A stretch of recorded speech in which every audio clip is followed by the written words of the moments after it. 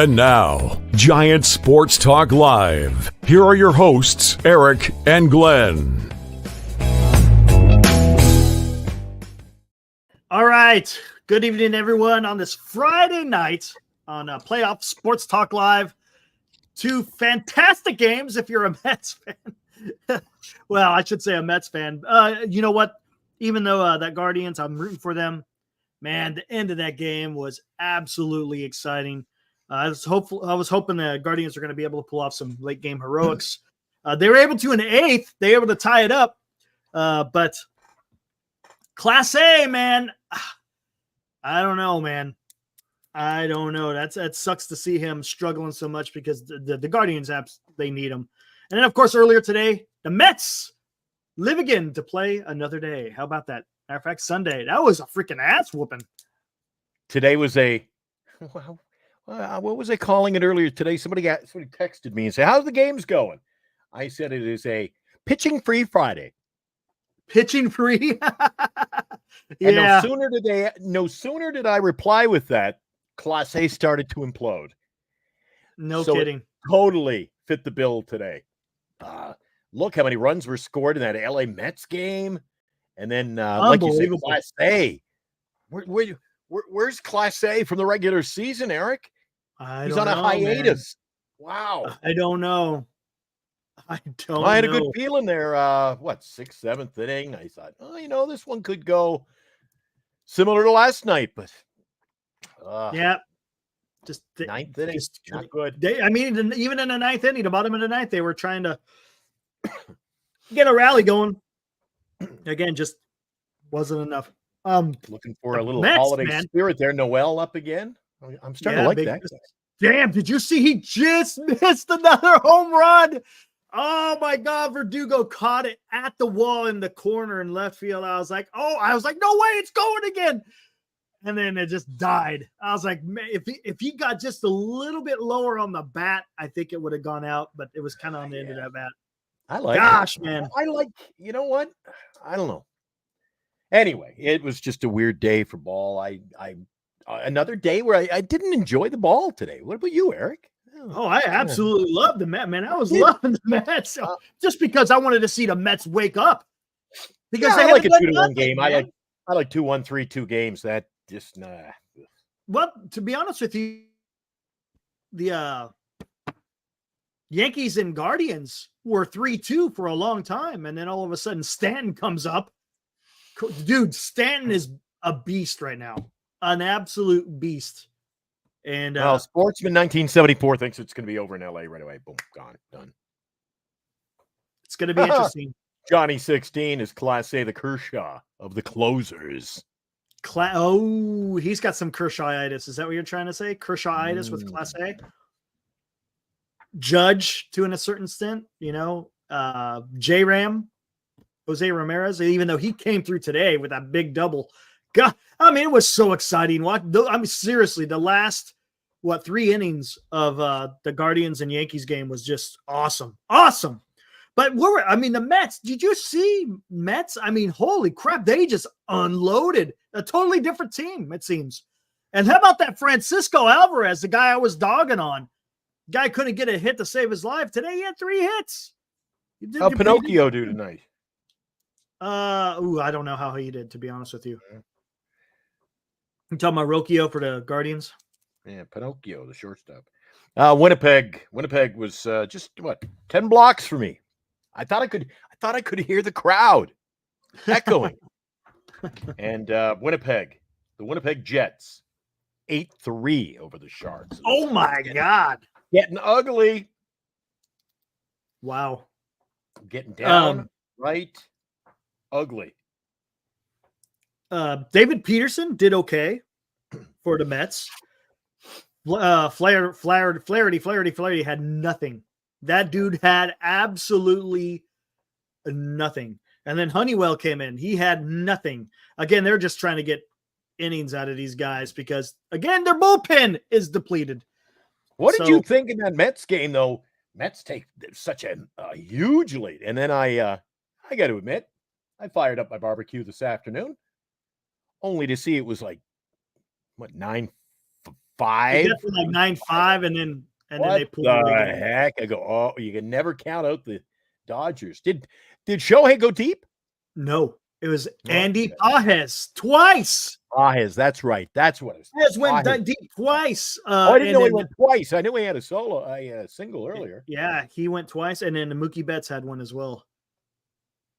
But yeah, wow, it was good to see. Now it's gonna my Dodgers. Come on, senior, my Dodgers. You have yet to see me. I won today. I picked the Mets to win. I won my bet today. I picked the Sharks.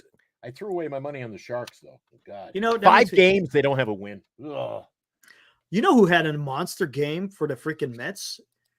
Freaking Starling Marte. Let me think who you're thinking. 4 hits. What did he have? Hold on. Where is he? Marte. 4 hits. 3 RBIs. Mets. How about damn Winker? Yeah, Winker. Alonso, the polar bear. Yep, Alonso, Winker. You know who else Marte. had a good game? No, had a good game. No, had a good game, Eric. Just because I know he's got something against you, Alvarez. Yeah, that's what I was saying. I was dogging on him because he wasn't doing nothing. Yeah, absolutely nothing. He says, "I'll show that Romo." Hey, that's fine. I'll keep dogging on him. At least he's going to show up then. Yeah, Starling Marte looked great. Winker looked great. Alonso, Lindor, all the guys that you want to show up actually showed up. Yeah, that was nice to see, man. Now, are they going to be able to carry that over into LA? I don't know. You know what? Let's take a look at that real quick. Vientos, really the only guy that didn't do anything. Vientos didn't do much. I'm just looking it up. He had probably 4 or 5 at bat. 0 for 5. Sean Manaea is going to go for the Mets. That's going to, okay, you see? That's going to be fun, man. We'll see if Sean Manaea can still produce. This might go game 7. This might go to a game 7. Rodon and Bibee. What? I think it might go to a game 7.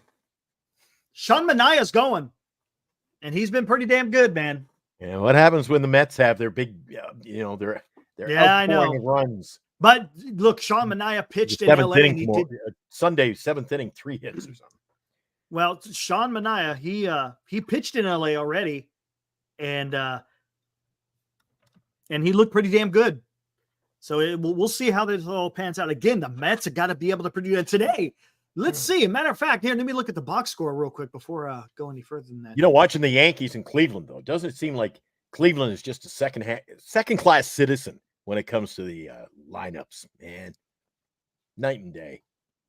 Runners in scoring position today, 5 for 19 for the Mets. See, they showed up finally. 1 for 7. 19? They left that many on base. They had 14 hits on the game, man. Not to mention how many times did they walk? 1, 2, 3, 4, 5. They had 5 walks, including 14 hits. So they had freaking 19 guys on base at one time. So all of a sudden, Alive Insurance thinks they can win 3 in a row. If the Mets win game 6, they'll win game 7 too. Oh, a 3-game. No, I'm not going to say that. The Dodgers are going to get a 3-game schneid. I tell you what, it can happen. It's not likely, but it can happen. But I like my chances with Sean Manaea. Babe thinks your call on the pitching is spot on. Who's that? Young man. Oh, about the starting pitching? I'm telling you, man, I don't think they're pitching. They're starting pitching. Come on, PMG. I don't go back to the Montreal Royals. Jeez. The Montreal Royals. Wasn't that the minor league team for the Dodgers? Farm team. Yeah, that's where what's his name? Jackie got called up, if I'm not mistaken, Jackie. Right? Yeah. Happy Friday to everybody in the chat. Yeah, buddy. But gosh dang, man. It's like I said, it's nice to see the Mets bats wake up. And you know what I like today, too? They had Winker in the lineup. They had who else did they have in the lineup? There was McNeil in the lineup. I like to see those guys. I don't understand why Winker wasn't in the lineup the last couple of days. I mean, the Dodgers weren't throwing lefties. So I don't know why Winker was never in the lineup. He's decent. Better than Harrison Bader. I mean, come on, man. I don't know what the hell they were doing the last couple of games, but it was nice to see Winker in there, and he was out there producing. Yeah, Winker, DH, 2 for 3, had a walk. Yeah. Nice day. 3 RBIs. Yes. Alonso, 2 for 4 with 2 for 3, 4 RBIs. Wow. Yeah, he had a big night. That 3-run home run. Wow. The Mets, they didn't strike out once? No shit. Come on, really? You messing with me here? No. Holy crap. Strike out. They never struck out. Are you kidding me? I'm just looking at it right now. That's incredible. Holy shit. Yeah. The Mets struck out 11. Wow. You know, I never even paid attention. Johnny, I watched the whole damn game. I never paid attention to that, man, to be honest with you. Oh, man. Maybe because I was just so excited on how they were playing. Damn. That's incredible. There you go, Alive. You put the ball in play. It's amazing what can happen. Yeah, I thought Noel was going deep again. Woo! Putting the ball in play. I got a little excited there in that last Dude, game. Oh, it was so close. I thought he had it, man. As soon as he connected with it and I saw it going down that left field line, I was like, this thing is going again. It's going. And then it wasn't quite as decisive man, swing as the right night before, though. at the freaking wall, dude. Right at the wall. He's another Encarnacion, that guy. Get him that up dude there, is grip it, something. rip it, and let it fly. That dude is something. Man. Hey, did you catch Carter's show today? I missed Carter today. I've been quite busy, and I still got a lot of work to do. No. I have not. Just curious what kind of, verbal spasms he was having today. Oh, man. Mets offense is awake. Yeah, maybe. We'll see, man.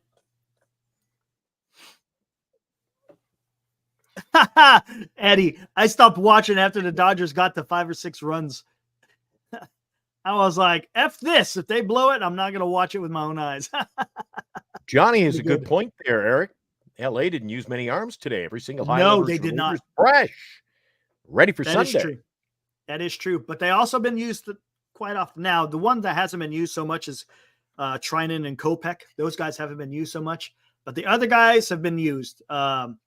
Brazier's been used. Banda's been used occasionally. Phillips has been used. Who's the other righty? Hernandez kid. Something like that. But yeah, Kopech and Trinan have not been used. So not too much, I should say. Yep. It's going to be interesting to see who the Dodgers throw. You think they throw out Buehler? That's the only one it could be, right? That's the only starter left. Buehler. I'm guessing it's going to be Buehler. He had a good game in New York, but is it going to translate again for his second time meeting the Mets? See, that's the difference with a short series. You start seeing some of these same pitchers over and over, specifically starters, and maybe they start picking up on something. Oh, I didn't know if you noticed last. Do you know you saw I blocked the guy yesterday, right? I think I know who. Yeah, the Andrew guy. Yeah. There was a couple of seedy. Yeah. I saw last one. I said, that's it, dude. Yeah, there was a little bit weird stuff going on. You're not coming in with that. The first thing I did is delete his comment, and then I think you took care of him after that. So yeah, I get it. Yeah, he came up with that. He had a kind of I don't know. They're a little racy, so I got quite literally. So I got rid of them. Fair enough. So you took care of the first one. I thought, yeah, he'll just tone down the rhetoric, but nope, he was coming hard. Too hard. Yep, he was trying to make a point. Yeah, this ain't gonna work. We're here to not get into that crazy stuff. No, it wasn't classy at all. I don't know where he came from either, and I don't care where he went. Guys, let me hear what you guys have to think. What was the change you think the Mets had? Was it just because? I think they were overdue for an outburst. Well, was Flaherty that bad? Because he wasn't all that great. He wasn't. Hey, listen, Mets bats haven't been fresh the last few games. They just came out. Today was their day. Abraham says maybe. sheer desperation. Yep. Matter of fact, yeah, there's a couple of things. Let's take care of some housekeeping while I'm at this. We're watching all these teams that I really don't like. Dodgers, Yankees. I'm not a Cleveland fan. Jeez, today was another afternoon where I was like, man, I miss the Giants. I know, dude. I miss watching our team. Like, I don't know. It's fun. The playoffs are fun, and then it starts to wear on me a little bit. I'm starting to burn out a little bit with these teams. I'm like, who cares? There we go. Dodgers. Let's take care of that. Mets, Cleveland. Jesus, one of those 4 teams is winning the World Series. Yeah. Oh, but I saw a great tweet last night. Hold on, I might as well show you guys. It's pretty good. You guys probably know Ghost of Bay Area Bob. That guy, he puts out a lot of rumors and stuff. I think he just does it more for entertainment, which is fine. I got no issue with him. But what he had to say was pretty freaking wow. What he retweeted was pretty damn funny. Here we go.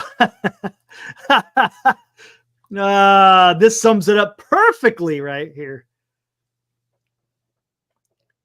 Yeah, I promoted Ibrahim and Johnny T to moderators so they could take care of. Oh, that's cool. Get some more moderators in here. Why not? Yeah. Here we go. I'm sure they'll be cool. There we go. Dodgers versus Yankees World Series. Yeah, all right. That's kind of what it is, right? It's kind of what it is. Oh, man. Good stuff. That was pretty damn good. The two evil empires going at it. What's up, Joshua? Good to see you, man. Is it wrong that I am expecting the Mets to do what they do best and blow the series? Yeah, maybe. Hello. I think they're just going to get beat by a better team, Eric. Yeah, can't disagree.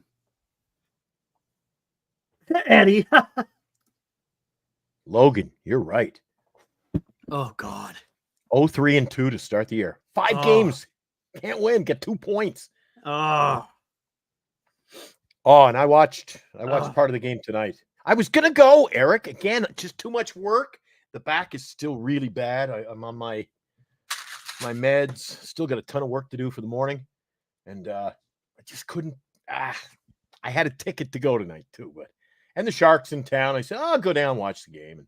And I'm glad I didn't. I heard Macklin hasn't played since that first game, huh? Oh, it got everybody all excited, too. First period with that goal. You were even excited. Yeah, the Spinaroonie, man. That was pretty awesome, dude. Spinaroonie. I like that. I mean, that's another one. I'm going to write that one down. The Spinaroonie. The Spinaroonie. You can't blow the series if you're never favored or ahead of. Oh, good point there, D-Shot. Good point. Good point. Remember, Yankees is the flagship of the MLB. They're expected to. You got a point, Rocks. I can't disagree. Yes, the Yankees are. If you think about it, they went out and got Soto, right? They got Soto. They got Judge. Then they went out and got Soto. The Dodgers got Betts. If you go anywhere in the world, anywhere other than the United States, and you talk about baseball, what do you think the first team that person that you're talking to is thinking of? Yankees. The Yankees. 100%. Dodgers. The Yankees. Yankees and Dodgers, Eric. That's just the way it is. I'm not joking. Not saying this just as a hyperbole here, Eric, but if I walk over this afternoon, I've got the largest shopping mall in the province right across the street from the street. Yeah, we saw that. I remember we brought it up on Google Maps. Yeah, we looked at that on Google Maps. You know, I can't. You're like Bernice. I can't do nothing now. Eric knows exactly my every move. Probably Google Mapping me on the day. Oh, go for a coffee. There he goes. But anyway, so the mall is literally half a block from where I'm sitting right now. If I go over there, Eric, and I spot 15 people wearing ball caps, 10 of the 15. LA Dodgers. LA is everywhere, man. Interesting. LA. And surprisingly, and I always go up and talk. I give a shout out when I'm walking through the mall and I see someone wearing a San Francisco Giants ball cap. Like, Mm-hmm. great. You big fan? You know what the common response is? No, somebody just bought me the hat. Oh. Oh, Oh, you a man. fan? I go, oh, big fan. We're big fans. Big fan. Get one more here. There we go. Boom. Bada bing, bada I boom. travel a lot, see a lot of Dodgers, man. When I was over at the National Sports Convention, remember this summer, Eric, when we were getting ready to launch the channel? Uh-huh. The National Sports Collectors Convention was in Cleveland. That was the first time I really got a good look at people wearing Cleveland. I like that Cleveland Guardian on a red hat. Looked good. I like that logo. I just like the C. I like the simple C. It's cool. I dig that. All right. Live Insurance says Stanton is waking up from a slumber. Dude, Stanton has been a monster in the playoffs. Holy crap, dude. How do you like this hat, boys? This was a special edition. Everybody wanted one of these. These sold out like one day. No kidding, huh? Yeah. You know what hat that is? It looks like a jet. So, oh, well, there it is. I just saw it on the side. The Jets. It's a special Mitchell and Ness edition, a black. Everybody wanted one of these. I saw one in the mall. A guy was walking in the mall. I go, hey. He's like, yeah. I go, where'd you get that hat? Where'd you get that? I want that. He goes, oh, man. They had them upstairs. They're sold out. He goes, but you can buy one of mine. I bought 3 of them. I said, hey, there you go. Yeah. All right. See if you're nice to people, Eric. It'll come back and it pays dividends. That hat looks great on you. You ever heard of you ever hear of there's an analogy. All the people you step on the way up are the same people you meet on your way back down. It's true. Exactly. 100%. Yeah. All right. Yes. Christian says, what the heck happened to Emmanuel Clase? Mm-hmm. Yeah, I don't know, man. I don't know, man. It's bad though, because the Guardians had a chance today to even it up, man. But now they're down 3-1. It's not going to be easy. Again, Mets are down 3-1 too, but we'll see what happens.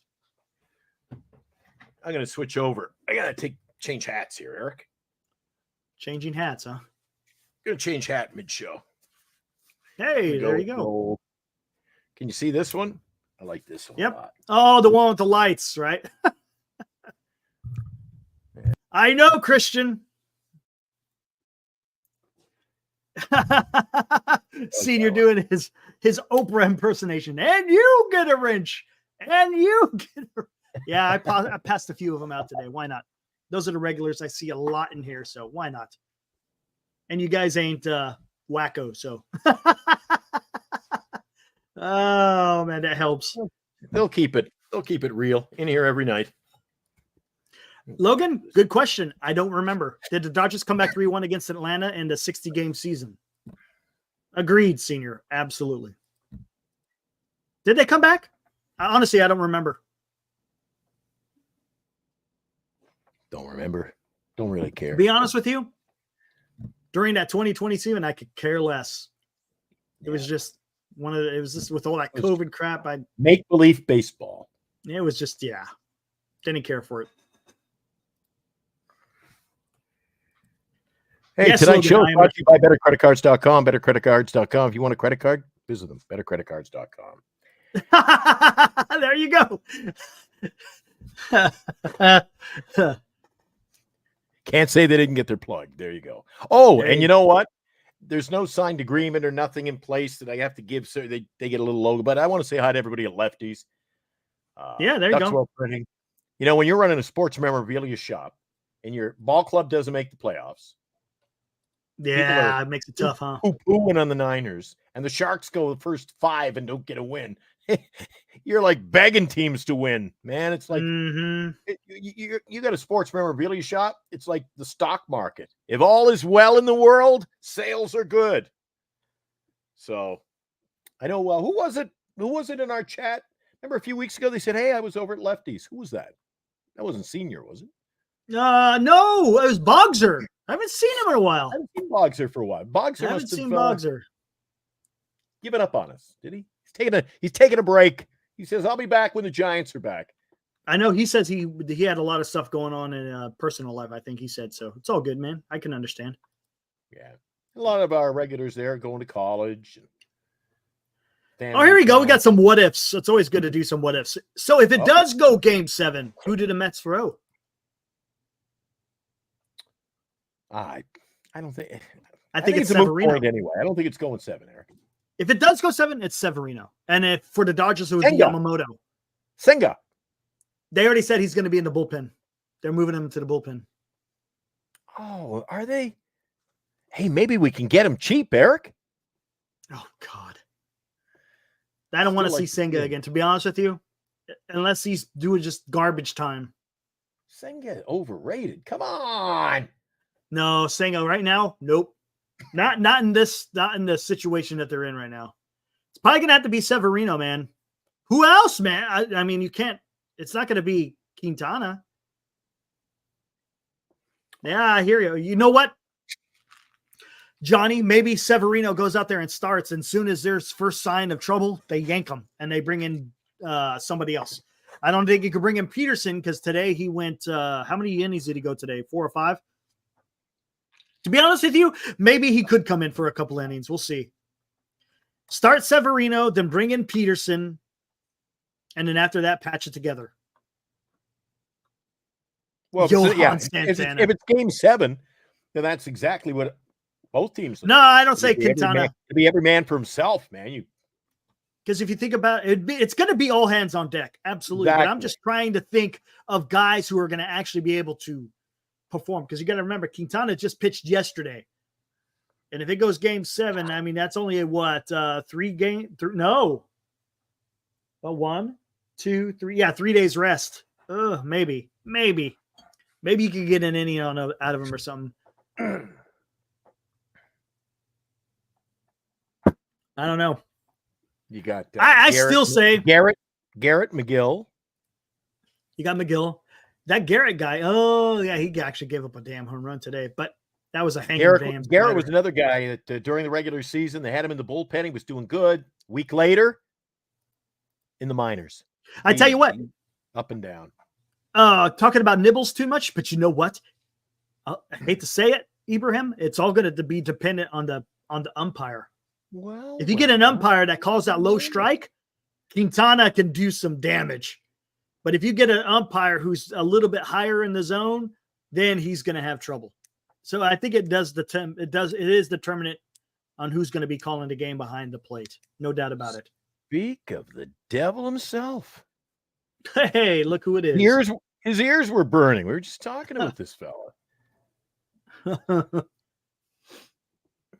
Thought he went into hiding. D-shot.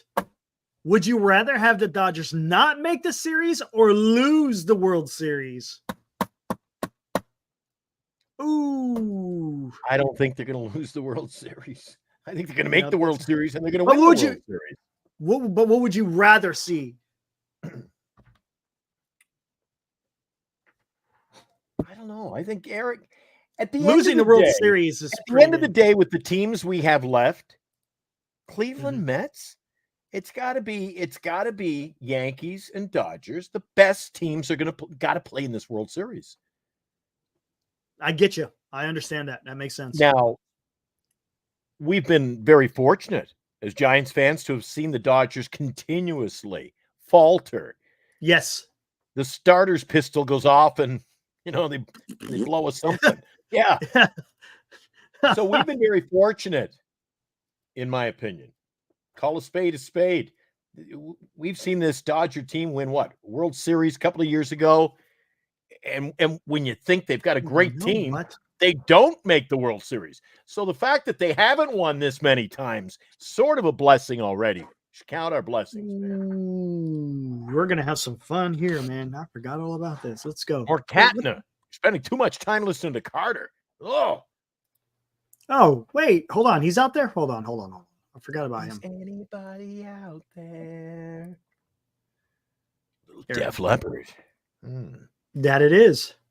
Let's get him in there too. Get more Kenton on one there. He's been dedicated. All right, let's take a look. How can I do this? Ooh. You're out there, all right.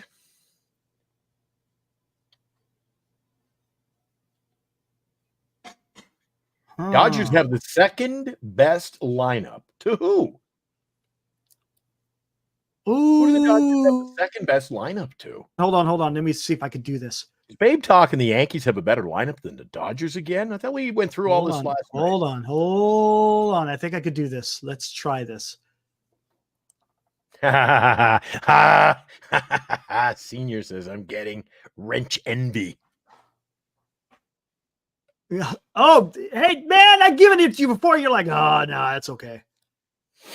You want it, man. I'll give it to you. You'd be the first.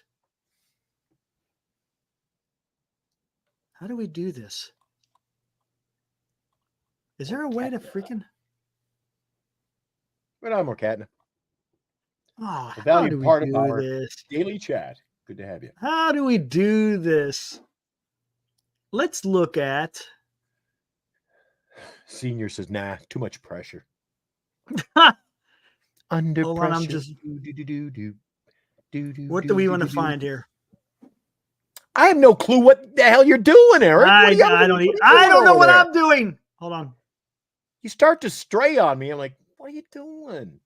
Oh, Lord, look at this. You could do so much stuff with this. Oh, my goodness. There's just too much.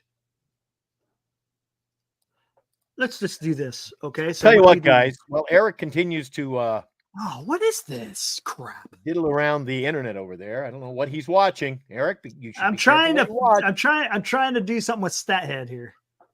All right. By the way, guys, don't forget to subscribe to our channel and go over and subscribe to Northern California Sports and Entertainment Network, NCSE Network, NCSE Network, Northern California Sports and Entertainment Network.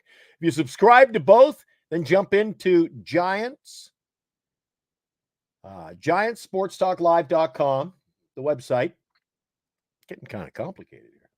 Anyway, go into GiantsSportsTalkLive.com. Fill out the entry form. You could win the $500 from Eric, me, mostly me, and Fanatics. That'll be our next giveaway. Although we're moving in on another giveaway, a jersey, Eric. We gave away a Logan Webb jersey already. Now we're getting ready to mail out pretty soon. We'll be mailing out that Barry Bonds jersey. Got to get to 500 subs. How many are we at now? Just over 4. We are at 401. Oh, 99 more. We're giving away a jersey. Call your 401. Friends. Get your friends in. Jeffrey Leonard called. He said, take that red X off and let's start talking Giants again. There you go, Christian. Who said that? Christian. Oh, forget it. I'm done trying to figure this out. Oh, wow. All for nothing. All for nothing. All right. What do we got here? You guys ever go on Locked On Dodgers? Should be fun one tonight. Yeah, no kidding, right? I don't go to any other teams' channels. Do you, Eric? I am a non-visitor to anybody else's. Nah, not really. To be honest with you, I don't mess with any other sports. Honestly, I just deal with ours. I don't do it with anyone else's, to be honest with you. Yeah. Cool. You're cool. You're cool like that.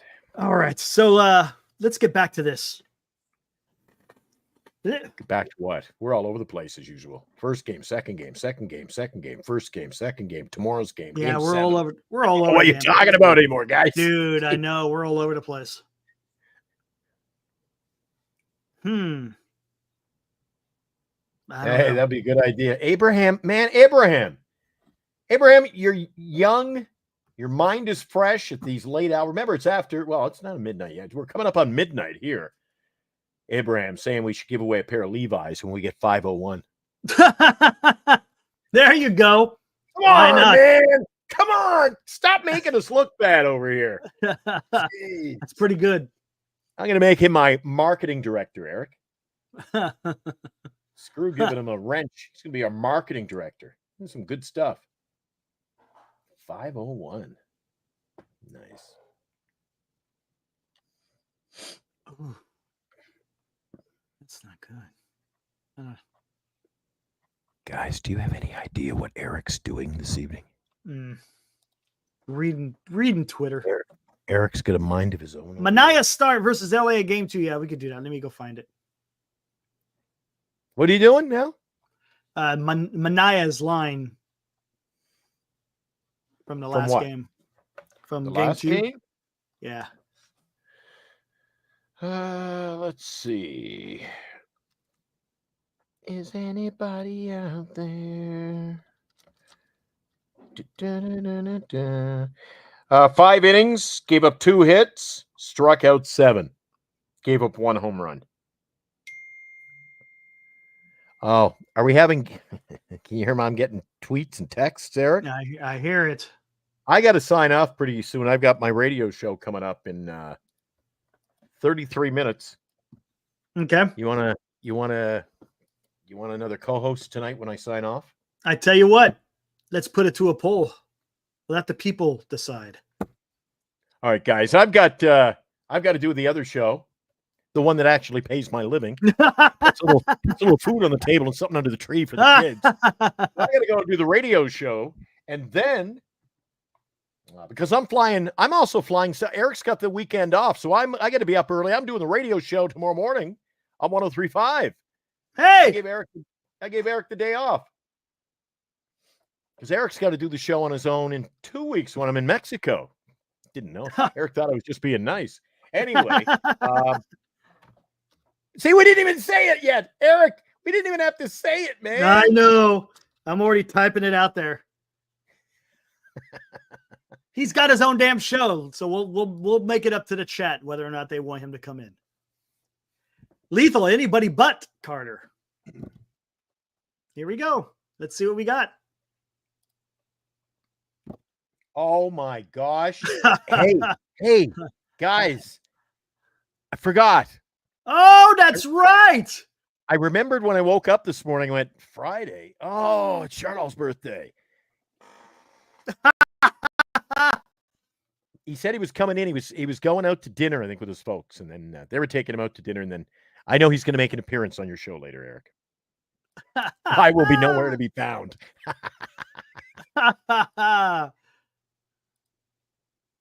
Eric, can I come on the show? I love I love the guy.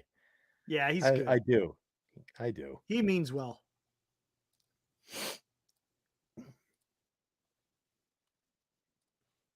What do we got here?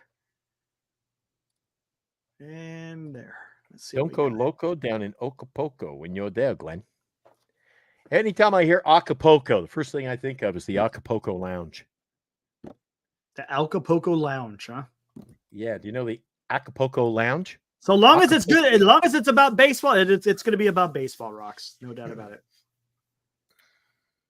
See if Abraham knows the. Oh, wait. Are you talking about Chardal or Carter? Cabo Wabo. Isn't that Van Halen's club down there, right? Or used to be? Or no, it's actually Sammy Hagar, right? Sammy Hagar's.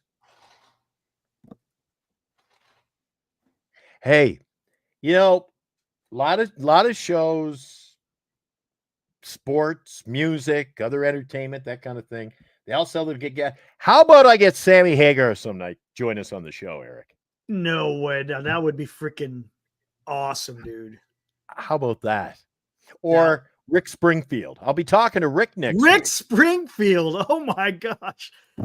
Oh, if Sammy Hagar came on, dude, that would be off the freaking hook. Oh, so if I get Rick Springfield, it's like, nah. Yeah, Eric, yeah. You give him options? Hey.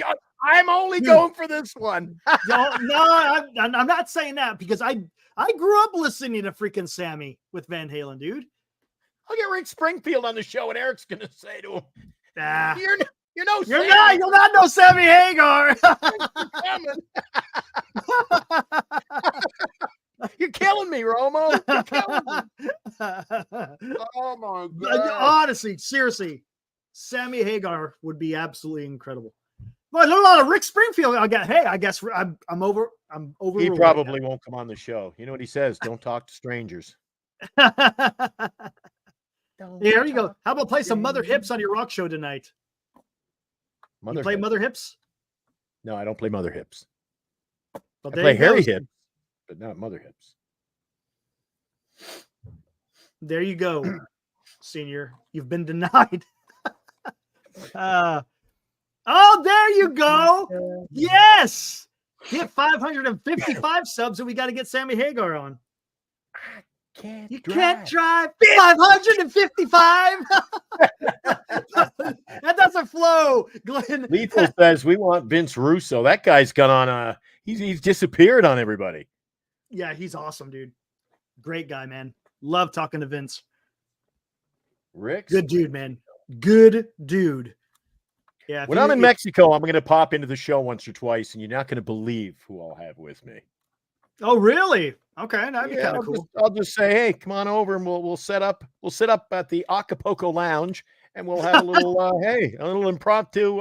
Hey, we got Astrid Sasso of Animotion here. Astrid, come on over. How you doing? I'd be like, I don't even know who the hell you're talking about. Hey, I think it'd be cool just to get anybody important besides you and me on the show. I don't care what they talk about, just somebody important. Pauly Shore. Oh man. Yeah, anyways, we're going off the rails.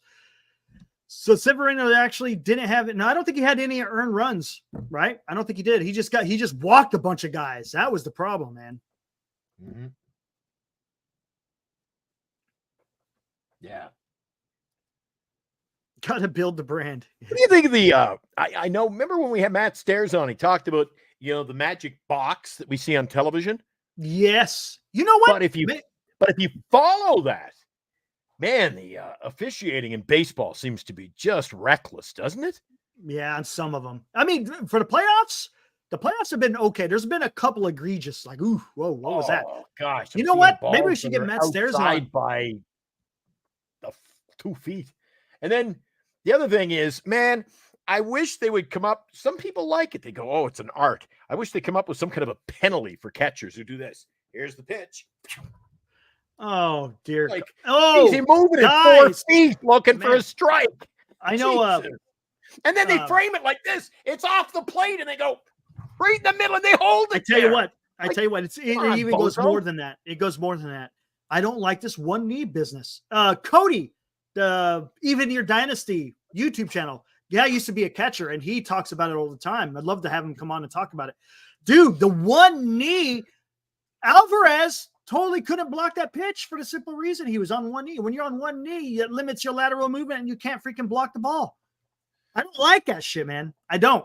Did you see Wells almost popped a shoulder trying to get up to stop one today because he couldn't get off the ground? The pitcher almost put it into the stands over the fence, but yeah, it's a weird thing, man. There's only one catch. You know who came up with the whole change the stance? You know who created this era we're in now, right? For what? The style of catching we see now. Oh, the whole framing and all that stuff? No, the one knee? Whatever happened to a catcher like Johnny Bench or Gary Carter? Just get down there, squat, and catch the ball. Yeah. Now Omar Marino. Or not Omar. Who was the catcher for the Pittsburgh Pirates? Wasn't it Russell Wilson or something like that? Who are you thinking of? I think of Omar Marino. Ibrahim says you could get a bunch of stars and this crowd would still mainly show up to see you two. A lot of loyalty and love. Ibrahim, honestly, you've hit the nail on the head. Guests, having guests on a show is fun. It's great to talk and hear about their experiences that they can bring to the channel. But it's the everyday loyalty of the guys that come in here and just want to hear us. That's what builds your channel. Look, you could sit there and have all the guests in the world, but if you have no relationship with the people that you're communicating with every day, it means nothing, right? Absolutely, Ibrahim. Spot on. Benito Santiago. No, I'm going to look it up. Oh, man. Boy, it's my old age. Well, it's funny, Morcana. I think that may be changing. If they decide to go to the automatic strike zone, whatever it may be, maybe you start seeing the quote unquote art of the catcher start coming back because you no longer can frame. It's just about catching the ball. Catcher. Right? Go. About throwing out the runners at second if you can. Oh, that's not right. That's not right. Ooh. Hold on. Let me see where this poll is. What was I don't even know what the poll is. I can't see it, dude. Can Carter join the show? Do you want Carter to join the show or to join the show? Ooh, I forgot. Ooh, I can't type today. 56% say yes. 44% say no. What? Oh, uh-oh. Come on, guys. Show a little love. Carter's calling all his buddies. Hey, go vote for me, man. Dude, I found it. You know who changed the whole style of catching? Was Tony Pena. Tony Pena. Not Omar Marino. He's an outfielder. Tony Pena. He used to do this long leg stretch. Benito used to do that too. Yeah. He did it late 80s. Yeah. He copied the style of Tony Pena. Yep. But they didn't have the whole framing down. It's just being low. Framing is a farce these days. See, Johnny T's spreading some love. Carter's the man. He's my man. Except when he's picking the games for me. What is up, Robert? Good to see you, man. He says, awesome show. Best part of the night is hearing you guys and chat talk ball. There you go. Yeah, Robert, there when you you're go. in the chat, this guy, Robert is a freewheeler. He's at football, baseball, basketball, soccer, tiddlywinks. This guy is everywhere. Say, hey, he'll text me. I'll say, where are you at tonight? Oh, I'm going to like AA men's basketball. I'm surprised he wasn't in Winnipeg today. Come on up and visit me. I'm all alone up here. I got up here 3 weeks ago. I was like, Eric, it's so hot and humid, unseasonal. Now, close the windows. It is getting cold. Yeah, it's finally calmed down now, but the last 2 days here, man, the wind has been whipping. Oh, hey, senior, you getting a lot of wind in Davis? Because it's been blowing like a freaking hurricane last night and all day today, man. Pissing us off. Gosh, dang, dude. Hey, I've never asked you. We looked at the calendar or whatever you call that, the Google map. Mm-hmm.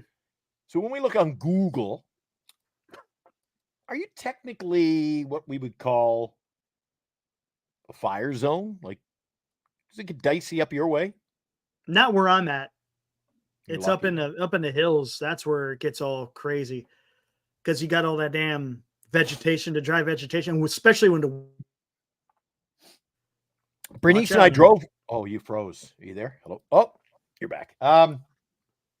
Yeah, we drove through one of those one time, and I'd only seen that kind of thing on TV. When the embers are flying and the 65 fire trucks are lined up. You don't want to be doing that. Have you heard of the grape? Was it the Grapevine? Yeah, that's over down in the Southern big mountain. Cal, Yeah, big fire there. We were coming back from LA. That trip I went down and saw Shohei play on the 3rd of July, actually. I never went to the game. That was the game they walked him, intentionally walked him every at bat, and I had bought dugout tickets. Anyway, we drove home the next day, 4th of July, and man, I got to finally see what it's like. No trees, but it was just that, what do you call it? Just dry the tundra? brush. Yeah. Brush everywhere. Yeah. They were dropping that red stuff out of the helicopters and the choppers, float planes. Yeah, it's pretty intense. And the number of fire trucks and this you don't see in Canada because of what you're battling there and trying to do, breaks and stuff. The fire department had like 50 huge, massive, like red caterpillars there. Bulldozers. Right. Bulldozers. Yes. Yeah. Yeah, yep. Literally, Eric, for 20 miles, it was nothing but flatbeds carrying tractors,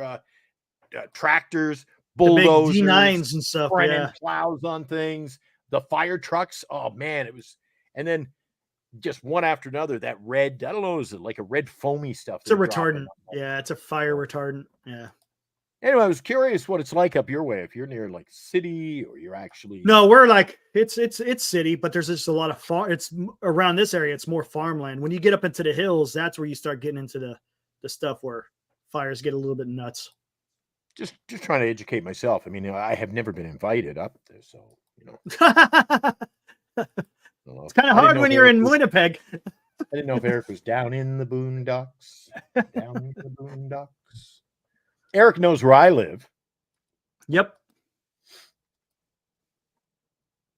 Came and drank my soda, parked his car, went to the game, ate a hot dog. That was good times, man. And then waved as he sped off. Get on doing better on the highway, but that was a lot of fun, man. That was a lot of fun. He's only Got to seems meet a like bunch of weeks guys. ago, man. We did that like 2 months ago. It'll be soon 2 months. Yeah, dude. It's been about a month. Yeah, September 26th or something like that. No, August. It was Labor Day. No, it was Labor Day. Labor Day weekend. 100%. No. Remember we were there. It was on Labor Day. That's when we got the Buster. It was Labor Day weekend because we're like, why is there so many people here? It's like, oh, that's right. It's Labor Day weekend. You sure? Positive. Okay, I'll give it to you. So we're we'll soon be 2 months, Eric. 6 weeks. In 6 weeks. Yeah, it's been about 6 weeks, right? Yeah. It'll soon be Christmas. Yeah, Robert, see, he remembers too. All right. Where else do we want to go with this? Oakland Hills fire today. Really? It's gonna be that time again.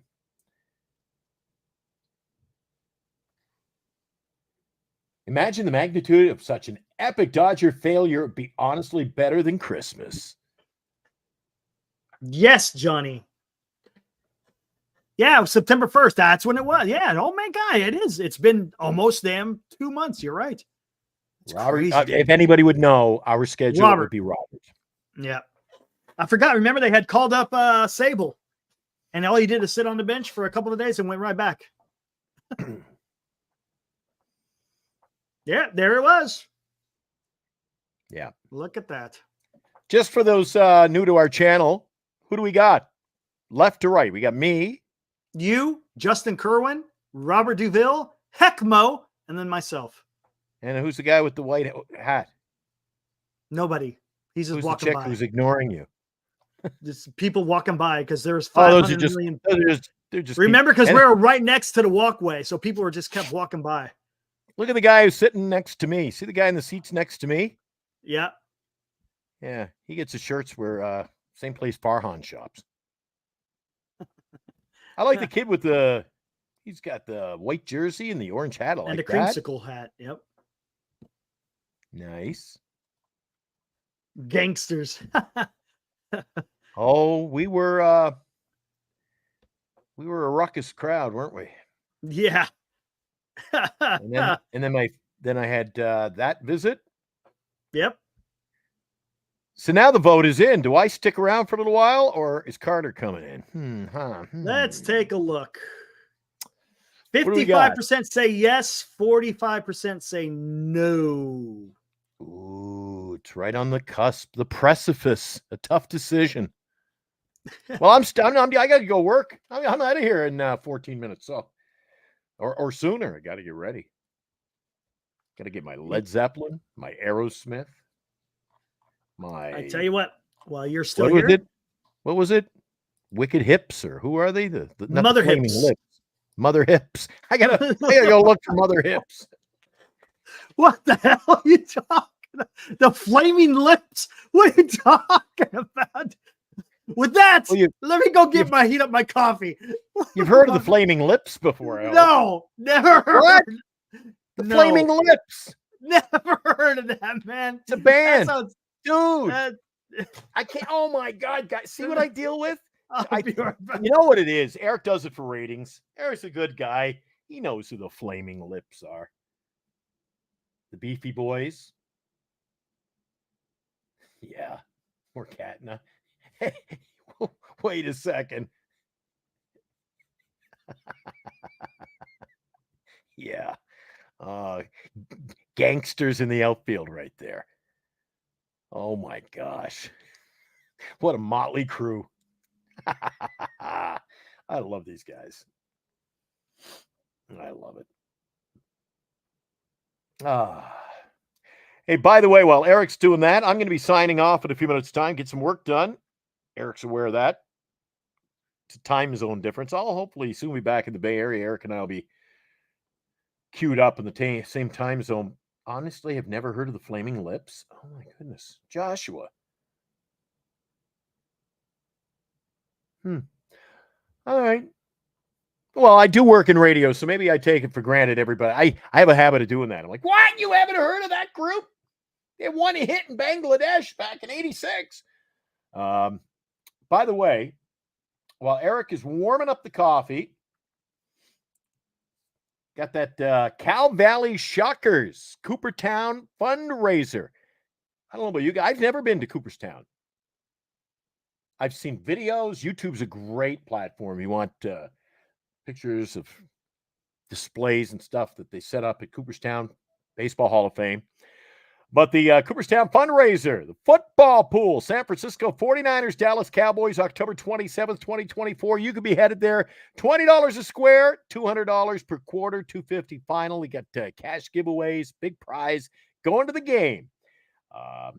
Check it out. And they've made it really simple for you. We don't even have to really promote this. But all you got to do is take a picture of that little, whatever they call that, the barcode down the bottom. Your camera, zoom in on it, gives you everything you want to know, shows you the squares. I can't control it, but there's squares available. I'd show you what they are. You can check those out. Cal Valley Shockers, Cooperstown fundraiser, football pool. They sure would appreciate you picking up a square. Senior will love you. His kids love you. And it's all for a good cause. For the kids. The Flaming Lips. See, I knew Ibrahim be able to back me up. The Flaming Lips. Thought that was a cool name. The Bare Naked Ladies. What are you talking about, man? Well, I just did a whole. Did you hear me? You didn't listen to anything? No, I didn't. Told everybody how they can buy their squares, support the Shuckers. Oh, the Shuckers. There you go. Yeah, go support them. Great fundraiser. $20 a square, man. How many squares are left, by the way? I couldn't control it. Let me go. Hold on. Let me see. I was going to break into a few lines of "Do you realize?" by the Flaming Lips. And of course, somebody came to my rescue. Who do you think in our chat knows the Flaming Lips? Oh, it has to be Ibrahim. Yeah. Has to be. They were amazing. Their Christmas song is so freaking cool. Christmas. Yeah. It's Christmas time.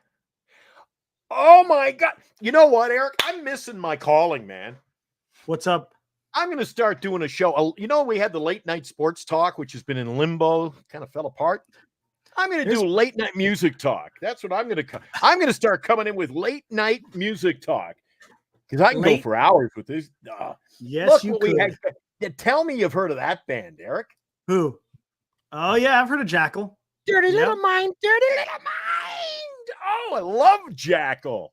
Or the Lumberjack. The Lumberjack. The Lumberjack, baby.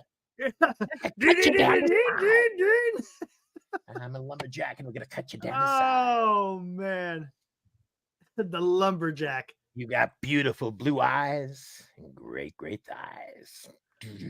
Let's see what we got. How many squares are left? That's a good question. Does Glenn ever sleep? I do overnight. I do mornings. Oh, Jesus. Monday and Tuesday, I'm doing I can't tell. the morning show. So when I should definitely be going to sleep, Dave Patrician, the doc, he's on vacation Monday and Tuesday next week. He's going to the Vikings game this weekend. Oh.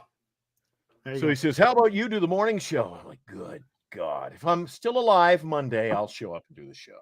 So it's going to be Morning Madness. Flying solo, Glenn in the morning. And it's just going to be, now here's another 6-song music marathon. That's exactly what I'm going to do. Oh, man. I had one guy caught me one weekend. I said, here, we're going to do I was doing a show called The Roots of Rock. So I decided instead of, my deep themes I usually bring to the table, I did this week. We're playing the longest singles I can find. So I only had to play like 6 songs in 2 hours. And he's like, I know what you're doing. You lazy so-and-so. Nice word. Mike Twerden started messaging the radio station and calling me on the request line. He's like, how long is this song? I go, it's 18 minutes. Would you play Inagata Davida? That's like freaking 20 minutes. I played Inagata Davida. I played, your standard 10-minute songs. I played Stairway to Heaven, Hotel California, Light My Fire, Riders on the Storm, and I played about a 28-minute version. Do you remember a group called Santa Esmeralda? Never heard of that. Oh, Lord, please don't let me be misunderstood. Dun, dun, dun, dun, dun, dun, dun, dun, dun. Oh, okay. Yeah. I know that song. Oh, yeah. It just went for about half an hour. I just pressed it's one of the few songs in radio you just go, all right, I'll be back in half an hour. Check. Make sure we're still on the air. Yeah. I got to tell you guys, I have the greatest job in the world, man. Getting to play on radio, literally day and night. It's a great job. And I got Eric as a sidekick. Eric's off tomorrow, but Eric usually joins me on Saturday mornings and Sunday early mornings. We have a whole lot of fun doing that. Yep. Yeah. And it's a free for all. Sports, music, wars. Wars. Yeah, talk about all over the place. Sports, music, you're here to listen. It's war. What is it good for? Listen to some classic music, and next thing you know, we're dying all over the place. Yeah, but it took you about 2 months to figure out everything I would play afterward related to what we were talking about. And then 1 week, about 8 shows, and he goes, hey, I saw what you're doing there. Like, yeah, I do it every time we throw to a song. We were talking about war in the Middle East that day. Remember the day the cell phones blew up? Oh, the pagers. Yeah. So we did like an 18-minute section on that. We talked about it, the influence that's having on war these days, how it's changed the whole structure of war, really. And I played War. What is it good for? Absolutely. Say it again. Yeah. And what did I play last week? I played, what did we talk about last week? Oh. We were talking, what was our first segment? Because whatever I played Riders on the Storm. At Night and Fly By Night. You did Riders on the Storm because we were talking about the hurricane. Yeah. I remember that one. 4 men in a rock and roll band. And I played Riders on the, and Eric always lights up. I know the songs Eric likes. So it's like, Eric, and Eric doesn't know what's coming either. I got it queued up. I'm like, Eric, rock the Casbah. Rock the Casbah. We play a little Creedence Clearwater Revival. He's like, let's do it. Okay. Yeah. We'll say, we're not playing anymore. No more Creedence on this show. What do you think he says? Come on, man. Come on, man. Anyway, I heard you on the radio today. Your promo was on today. Hey, look at that. Yeah, you sound good. How about that? I'm famous, man. I'm famous with the polar bears. I'm famous with the polar bears. I said, I gotta get less airplay for Eric. Who is that guy? Oh, he's just The Clash. They got some good They got some good no, not the Clash. Who am I thinking of? Not the Clash. Who am I thinking of? You know the band from the Bay Area that I liked in their day, and they lost their lead singer. He died a few years ago of cancer. Do you guys like Shock G? I was a big Shock G fan. Doesn't even ring a bell. Really? Oh, Shock G was from Oakland, man. Were they? Shock G was the front man for the band I liked. So what was the name of the band? Shock G? No, hang on. I'll show you a picture. See if you know when you see the picture. Oh, Jesus. Now I'm getting text. Listen, this is my personal life here. Keep it in the show. I'm getting texts from, check the poll. Haven't heard an update on the poll. What's the poll? Carter's messaged me and all. Check the poll. We got an update on the poll? Oh my God. Check the poll. I'll get you a picture of what Shock G looks like, Eric. And you're probably saying, Digital "Oh yeah, I know." Underground. Oh my God. Yes, somebody pulled it up. Did Babe look that up? Yeah, that's Shock G. Okay. And then Bernice and I go to a lot of concerts, right? Oh my God, I missed my. Hey, how about this? What in the hell is that? Is that Dobo Arigato? Yeah, Styx concert. That's what I thought. Yeah. Dobo Arigato, Mr. Roboto, Dobo Obo. Dodo. Dobo Obo. And then I don't know if you guys, is this Great girl song. American? My daughter said she's really popular in whatever music she does. This chick was doing a halftime show at the Grey Cup last year. I have no idea who that is. Take a good look, Eric. I have no idea. I said to my daughter, it says, looks like all the king's horses and all the king's men could put Humpty back together again. Holy cow. Look at that. I said, who is this one? The Grey Cup's got to pick it up a notch, man. She's got Paul McCartney and Nipplegate and all kinds of stuff going on there at halftime in the Super Bowl. And we got some girl, I don't even know who it is. Little Miss Muffet. Not so little. Anyway, yeah. I got my file here with all my music pictures. You guys might know some of these people. Daft Punk. Oh, there's me with Wally Palmer. You guys know Wally Palmer? See, I could do a whole music show, Eric. This is great. So there's me hanging out. Look at no hair on me either. So there's me with Wally Palmer. Who is he?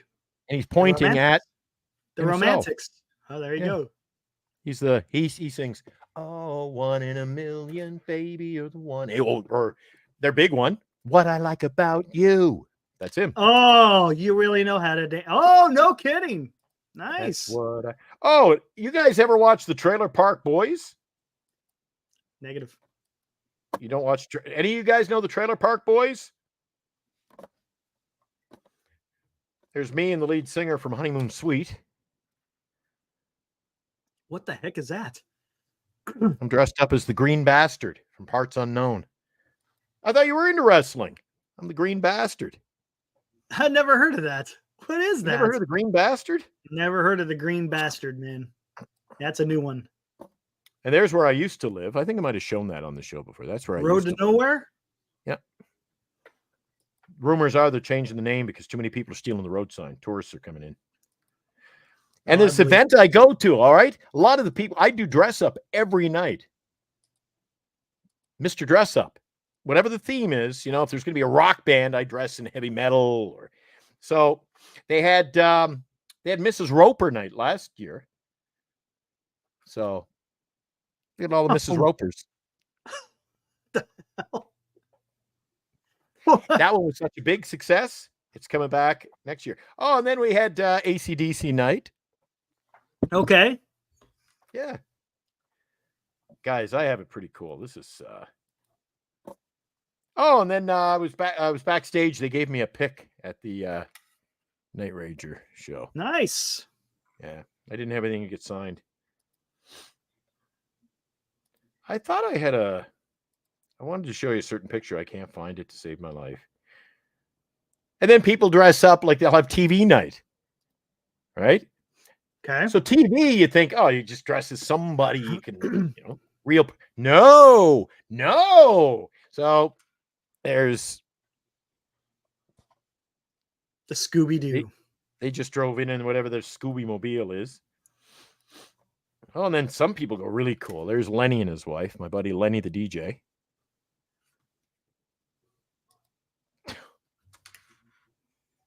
The hell is that? What do you call those little pops? Oh, ring pops. She dressed up as a ring pop. Dude. Oh, you guys know Dee Schneider? I thought this was the best. So this girl dresses up as Dee Schneider. Okay. And everybody knew what it was, but I loved her T-shirt. I'm D. Hell? I'm D. And look at this. So on Mrs. Roper night, one girl says, I couldn't find a wig to do my Mrs. Roper. So we were all at the Great White was playing. Okay. So it's Great White. Well, you can imagine he just passed away a few weeks ago too, the lead singer. Right. Great White, heavy rock group. Freaking love them. Check out their album Hooked. You will not be disappointed. I play it all the time on the radio. So heavy rock band there doing their heavy rock. Great White in front of like 3,000 Mrs. Ropers. First of all, they're like, what Gotcha. the hell is going on? So the one girl who didn't dress up as Mrs. Roper, she wore the perfect.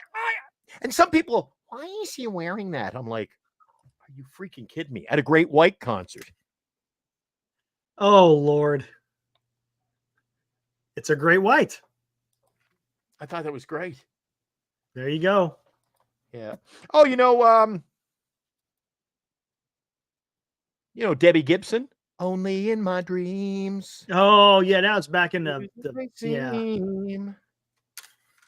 There she is. Cool. Yeah, she was hanging out with us. Oh, then I don't know if I showed you this one before. The guys they'll have a certain night where the guys dress up as girls and the girls dress up as guys. Okay. So you had stuff like this, right? The guys are the Laverne and Shirley, and Lenny and Squiggy are the wives. It's like talk about it. I showed you this, I'm sure, before. Look at that cool outfit. Oh, that's Indiana Jones, right? Yeah, but look how much work went into making That's a lot.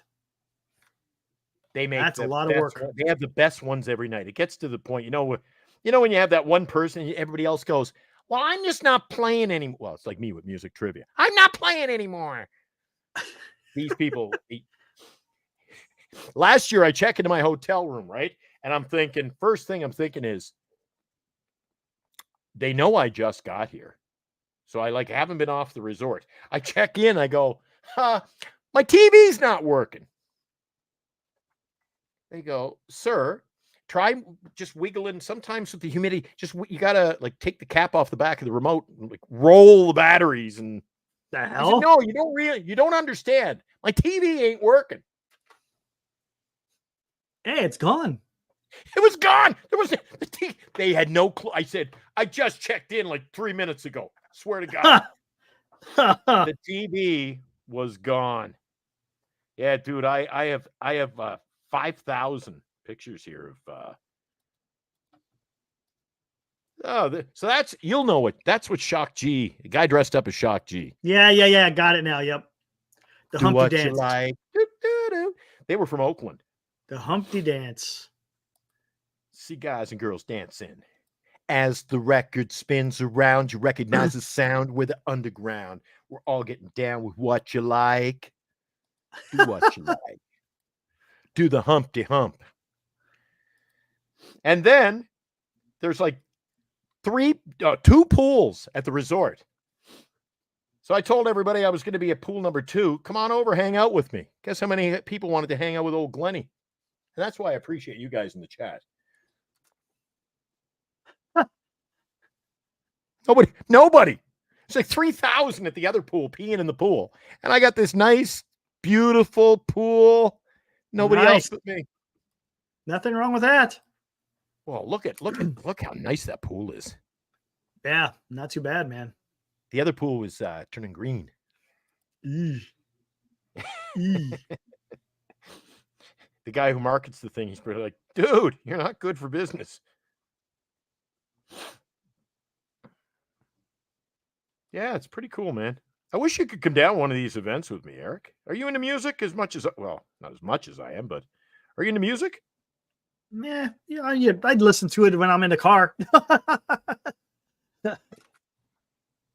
There's me at Pat Benatar. Oh, something locked up. Who locked up? Oh, you locked up for a minute. There you go. Oh, did I? Anyways. Me and Pat Benatar. I was at the Pat Benatar front row.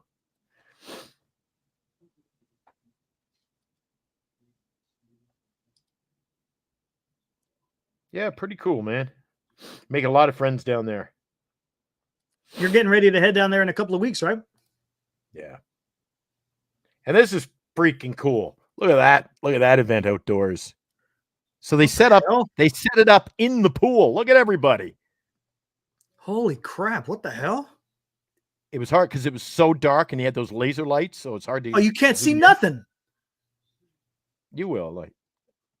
Oh, who's playing? The DJ's in the pool, and it's like a drive-in movie type setup. Wait, is that Motley Crue? Yeah. But look where they built the stage in the pool. That's crazy. Yeah, and everybody's like, Glennie, you getting in the pool? I'm like, nope. There, is that better? Cool. Yeah, it's neon pool night. And they put foam, they blow foam in. It's pretty freaking cool, man. Anyway. Yeah, so. And then you never know. This was the coolest night when I was out. And Bernice and my daughter, they're like, Bernice, how does Dad know Rick Springfield? What's going on? Oh, your dad doesn't necessarily know him. He just goes over and says, hey, Rick, I'm Glenn. And I just walk in where I'm like, sir, you got a pass? It's in my other coat pocket. I keep going. So Bernice couldn't find me one night, and she's talking to her friend on the phone, trying to get me out of there. And I go, wait. I show you this picture, I'm sure, before. She goes, who's he off to talk to now? Because I just bolt. I go, Bernice, I'll be right back. She takes a peek in. What in the hell is that? That's the world famous. That's Ed the Sock. Who's Ed the Sock? He's the most vulgar VJ in the history of music television. Oh, really? Yeah. That's me and it. Well, the good looking guy is me. And that's Ed's on his cigar there. and then I could hear in the other room, he's getting his picture with a puppet. I can't get him out of here. Now it's a puppet. I said, that's not a puppet. That's Ed the Sock. Never heard of Ed the Sock. No? Do you ever see the movie Napoleon Dynamite? Yes. It's one of these freaking cool movies where the movie starts with a whole song. The movie plays. At the end, they play the song again. Uh-huh. And it's called, it goes, I'm sorry, but I'm just thinking of the right words to say. I promise you I will. He's the lead singer. I've interviewed him many times. Cool. Yeah. He goes to most of the events. Yeah. I'm really looking forward to it, Eric. Cool.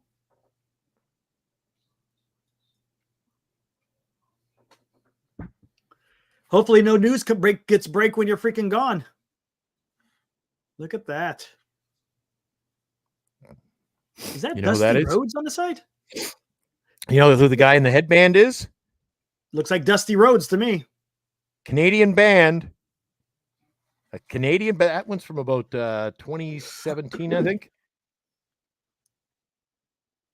Have no idea.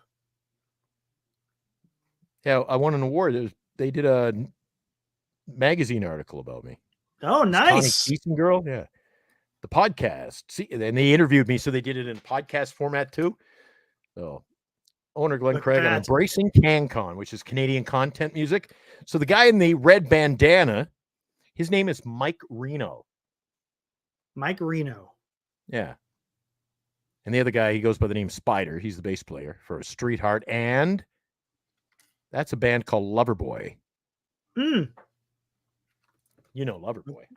Yeah, heard of them. Yep, heard of them. Everybody's working for the weekend. Yep, there you go. Why don't you turn me loose? I gotta do it my way. Anyway. Ooh. Okay. Here we go. Oh, we're back to baseball. How's your coffee doing? Did you warm up the coffee? Oh, yeah. It's been sipping on it, man. Awesome. What win probability? I give them a 20%. 20? Yeah. They just I go higher than that. they just smacked the Dodgers around, man. You think the They Dodgers did. are going to go down 2 in a row? Nah. They could. The thing is, Okay. here's Johnny. The problem is we don't know who the starting pitcher for the Dodgers is going to be. Is it going to be bullpen? Is it going to be Walker Buehler? I don't know, man. Johnny? Can we really say what it's going to be if we don't know who the starting pitcher is going to be, or does it matter? Hey, D-Shot. It's a bullpen. Ooh.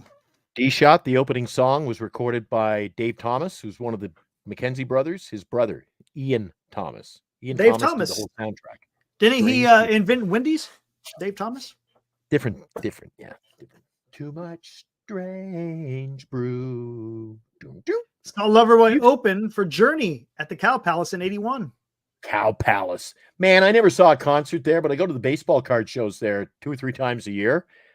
What a dingy place. Was it pretty hip in its day, or is it? I think it was. I think it was the place to go to back in the day. Yeah. Wow. Now, the place stinks. They have 4-H things going on there all the time, right? So it literally is the Cow Palace. Yeah. Little manure smell, huh? Yeah. Oh, God. actually, not that bad. I like it. Anyway, I think Carter, Mania. I'm going to post you the link. You can get ready and come on in and help Eric. I got to go. Excuse me. I think Sean Mania is going to deal. God, I said that last time. I don't know, man. Really? Man, that's a tough one, Johnny. If the Mets play somewhat how they played that in game 5, I agree. Gonna get some arms. Haven't pitched in a few days. That's true, but then again, Johnny, there's a lot more pressure, right? It's a little bit different when you're getting ready to try to close out a series. Sometimes emotions are running high, and if you can't control those emotions, you're not going to be able to deal. But who knows, man? I don't know, man. So JP Martinez, it's official. He is the pitching coach. Saw a lot of heat today. I didn't see anything. Where did they made it official? Yeah, that's Who official. made it? I didn't see that. Hold on. Yeah, it's official. Who said so? And a lot of crap on saying that. Yeah, you know what? Oh, it is him. Oh.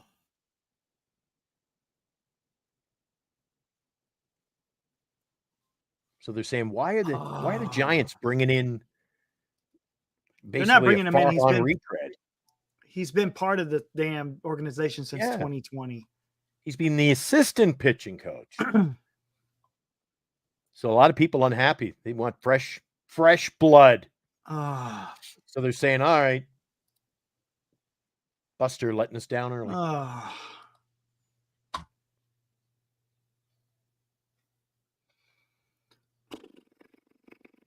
Yeah. Wow. Jeez, what else? If they don't sign some bodies, man, we're going to be talking. This Giants playoff sports talk live, whatever you want to call it, any given night, this music talk or whatever, we're going to be talking people off ledges, Eric. That's what's going to end up happening. I mean, honestly, I just don't know enough about him to even. I don't even know. Live Insurance says the win probability. I mean, because we are an analytics team, let's talk 43.6. Keep it real. I guess Carter blew us off. Oh, well.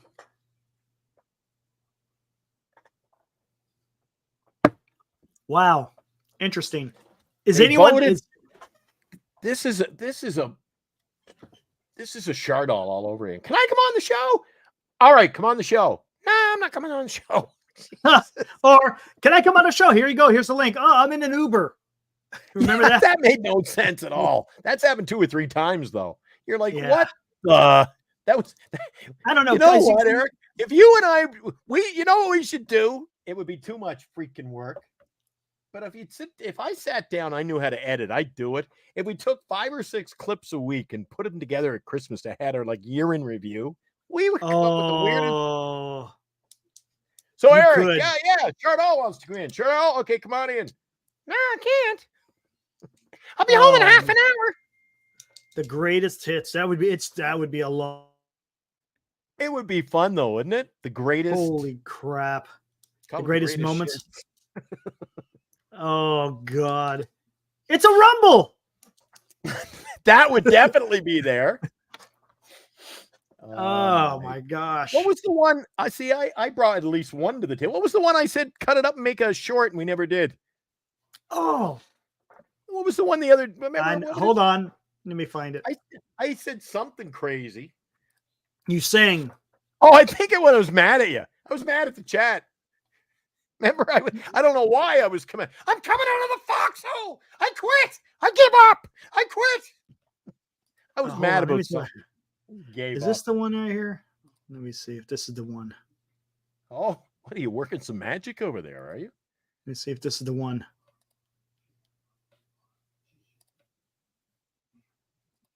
Yeah, that was a crazy night. I don't know what we were even talking about, but I think, wait a sec. We had Carter on that night. Oh, let me see. Carter was on the show that night and it went completely derailed. Oh, yeah. That's the one.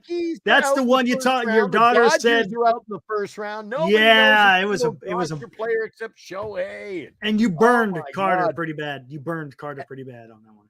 I gave up. I quit. I said, that's it. I quit. That's not it. Where the hell is it? Where's the one that we did? Was it Live this one? Insurance says the new motto. Blame Carter. Everybody else does. What's he got in his hand? He's in the green room and he's waving what's he got? It looks like he's got a Doritos in his hand.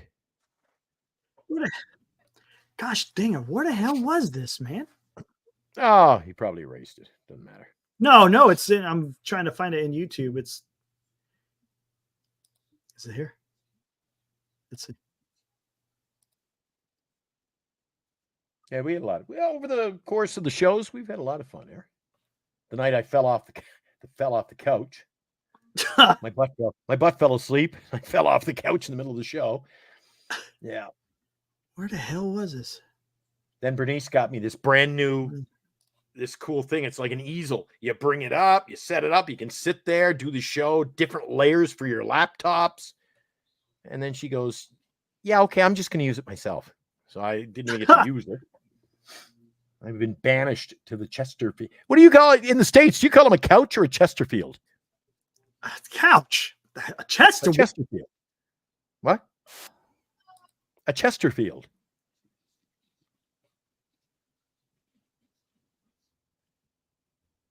No. Where's it at? I found it. You found the crazy night? No, not the crazy night. What'd you find? Here we go. Hold on. Did you find some? Yeah, Chesterfield alive. Joshua said, just call it a couch. Here we go. Here we go. A sofa. Here we go. This week on sale at the Brick. What do we got? There's Carter. Say that. I knew he was coming on the show tonight. I was going to say. Oh, this isn't the singing. Here it is. Come on, Eric. When I was on a vacation in Jamaica one day, and everybody ran on the beach that still must stay. Get me a fat a pochette or two. But I say one soda will do.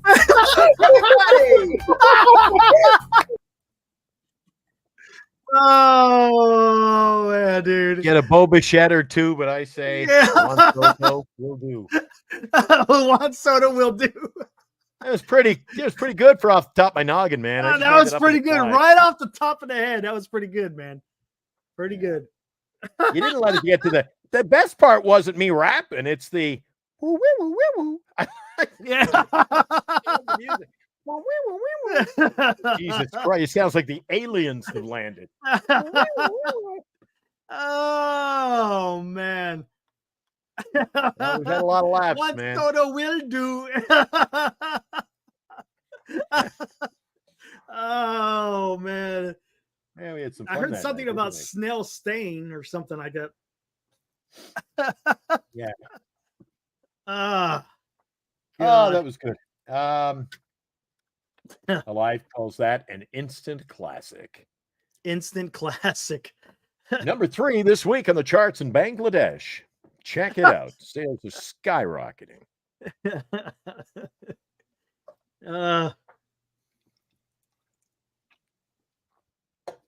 So much for the radio show that started 21 minutes ago. Yeah, I know, right? Yeah. Oh my gosh. Eric.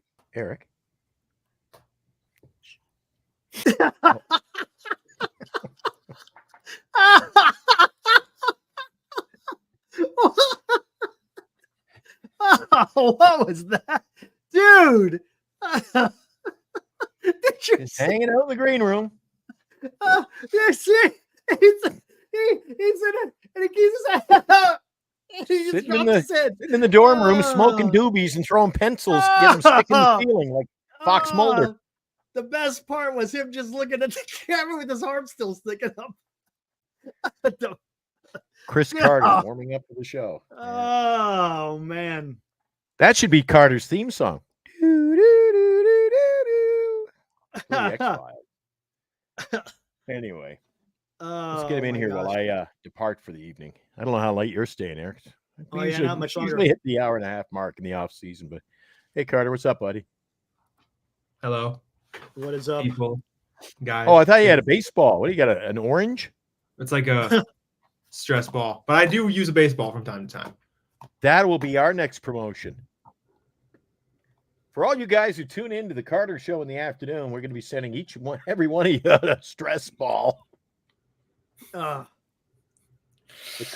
Stress ball. Gentlemen, I must tell you something. I told this to Morkatna, Johnny, and all these other guys that are on the show a couple days ago. I have in my hand, this is a Post-it note with my predictions for the Champions Series. I have not told anybody of these predictions. They are on this paper. I have not even said them out loud. Oh, really? Here, Eric. Nope. On the other side of this card, wait till I grab a pen. On the other side of this card are my predictions where we would be on Saturday, October 19th. Yankees leading Cleveland. And the Mets with a double-digit win on the Friday trying to catch the Dodgers. I nailed it. It's on my Post-it note. So what's on your when did you do this Post-it note? In the green room or prior to the show? I can't remember exactly when I did this, but I know I wrote the date on the inside of this note. So okay, before I go, you got to tell us who it is so I can have a good chuckle, because I know the Yankees are on there, the Dodgers aren't on there. There might be an Arizona on there. Here's a better question. How many folded Post-it notes are there? This is the only one. This is the only one. That I can swear to you. There is literally video of me writing this Post-it note on stream. If you guys want to check it out. Check it out. I can prove it. Johnny T says it was actually Monday. I'm starting to lean toward Johnny over here. I believe it was Monday, actually. Just another manic Monday. Hey, what is it? I got to go. What is it? My predictions? What were your predictions? Arizona and? I'm not saying a word. Baltimore. Who did he have in the National League, Eric? Milwaukee. I think it was Milwaukee. Milwaukee and Baltimore. This is unnecessary, you know. Oh, did I nail it? Milwaukee, Baltimore. These were made before the Champion Series, right before. Okay. Yeah. So they have one of the four. They have two of the four teams on this note. I showed my football coach. It was admittedly hilarious. So No, I don't know what he who was is talking. it? I have to watch the replay to figure this out. I didn't even say what they were. Morkatna and Johnny can tell you this. This is legit.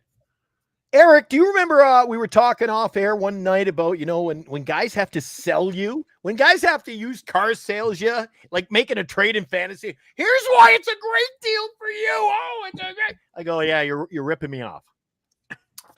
Carter, If these are right, I want to be clear.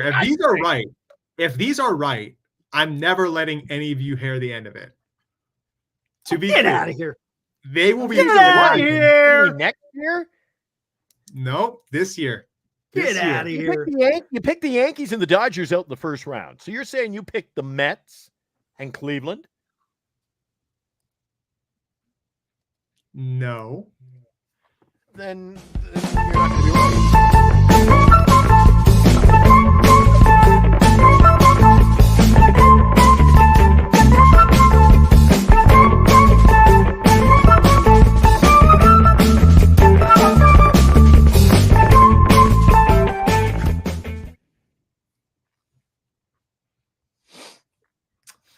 Again, if these are right, I'm going to let it be known.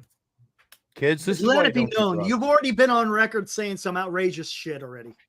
Outrageous. Oh, yeah, we have all the shows saved up, man. I can go back and Yeah, let's hear your take about Max Muncy. I heard about this. I heard it through the grapevine. Let's hear about the Max Muncy. My phone started to Max light Muncy? up. They go, "Who have you got doing a show over there?" I go, "Oh, young fella." Yeah, he What says about nobody Max Muncy? knows Max Muncy outside of LA, and most of their fans don't know him. I think you said he was trash or something like that, right? Yeah. How is he trash? He's really bad. Defensively, he's bad. He's hot and cold with the bat. How often has he actually came through for the Dodgers in a playoff moment? He gets on base, dude. Yeah. And what else does he do? That's all I want him to do if he's on my team. If he gets on base, this is the same thing that Farhan did for us here. No, he didn't. No, Yes, he did. Max Muncy is Max that guy Muncy is actually better than Betts and around Freeman Yes, and he's not around good. Otani. He's not good. He's not meant to be the Otani. Eric? He's going to give you a good at bat. Look what he does. You know what he does? He gets a lot of pitches out of the starting pitcher. That's what he does. Sure. And then he draws a walk. And then guess what? Someone behind him is going to freaking knock him in. That's what happens, dude. Yeah, but that's all. What does he That's do? all. That's what you want. You win games, all. dude. You score That's more all. runs He's than not the that opposing good. I team, want to be clear dude. about that. That's He's not all. that good. Him, Come on. Hernandez are not that good. Come on. You There even are said the Dodgers no aren't that good. homegrown talents in the city of Los Angeles. None. Why are you None. going? There is not. Jeez, I just got a nasty text. They said take his microphone away. Ooh. Okay. Wonder who that was. I'm willing to take bets it was alive. Was it alive? No, Alive doesn't have my personal number. Oh, there you go. Wow. Wow. Muncy. I'm serious. I've always said this, okay? The Dodgers don't actually have a good farm system. All they do is have the media propagate them. Carter. No, they're not. Yes, They've they got- are. No, they are not. Yes, they dude. are. If you go back in the last decade or 20 years or 30 years, they've got the best farm system in Major League Baseball, in my opinion. Why do you think they can make every year they're trading away top prospects who end up being And do they end stars up with being other anything? teams to get guys that they want in their lineup? They've got an overabundance. K-Bear of talent in the minor Ruiz, league system. Connor Wong, Alex Verdugo. K-Bear Ruiz, Connor Wong, Alex Verdugo. Those are the top prospects that you speak of. And Are what those did they guys get for any them? good? What did they get for them? Mookie Betts. Okay. Then Yeah, how's that duh. bad, dude? They hustled on. the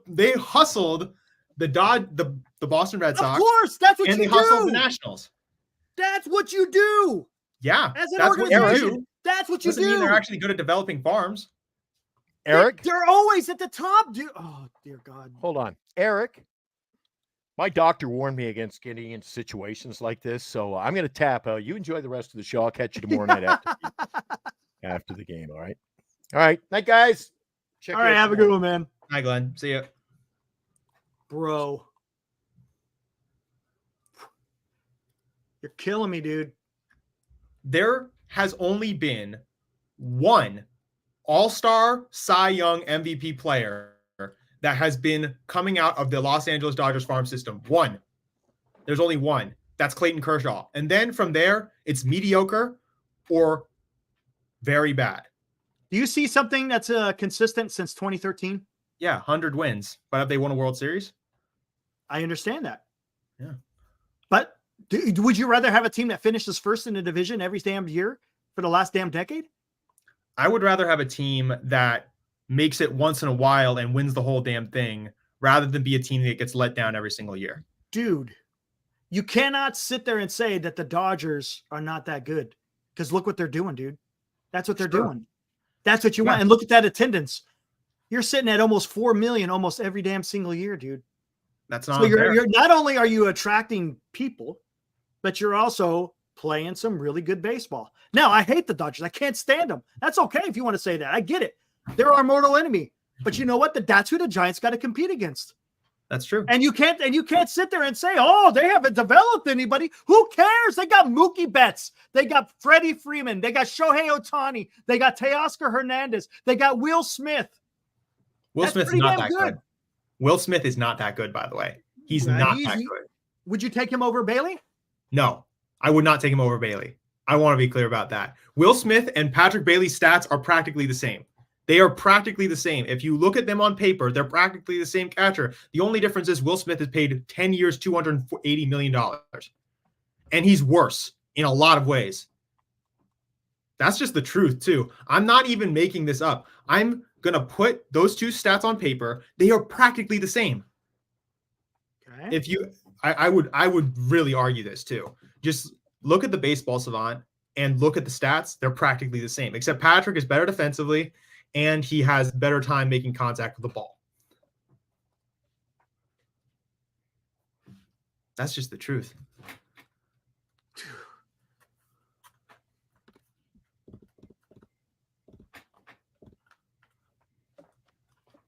It's the truth, huh? Yeah, it is the truth.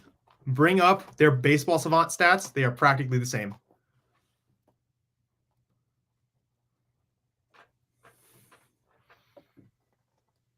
You also have to factor in that Will Smith has played more years than Patrick Bailey. I know that.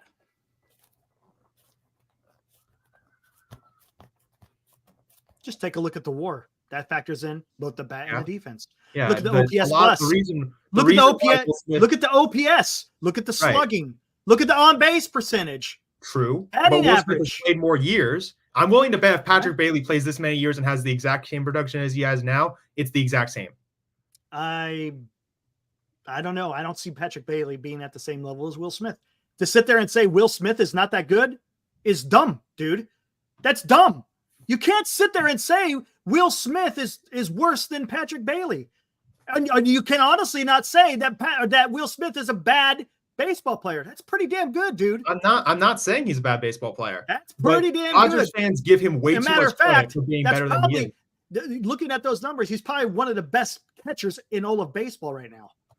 I would take who else? Who would you take over Will Smith? William Contreras, Wilson Contreras, along with Austin Wells in New York. I would take Adley Rutschman, and I would take probably a dozen or so other guys from the top contenders. Okay. Definitely those guys. Okay. Adley, Austin, along with William Contreras, for sure. Okay. Let's take a gander. I think I can add. Hold on. Let's get rid of Bailey.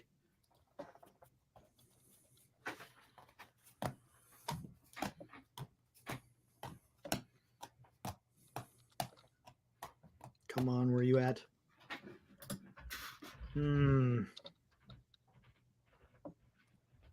Okay.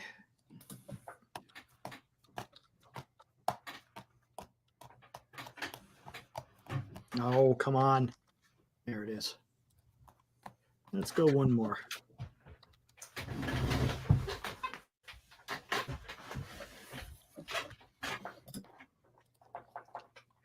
All right.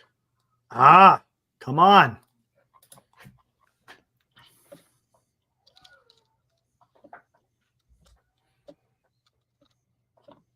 There.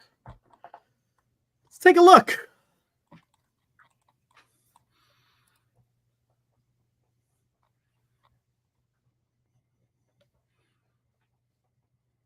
Give me a second.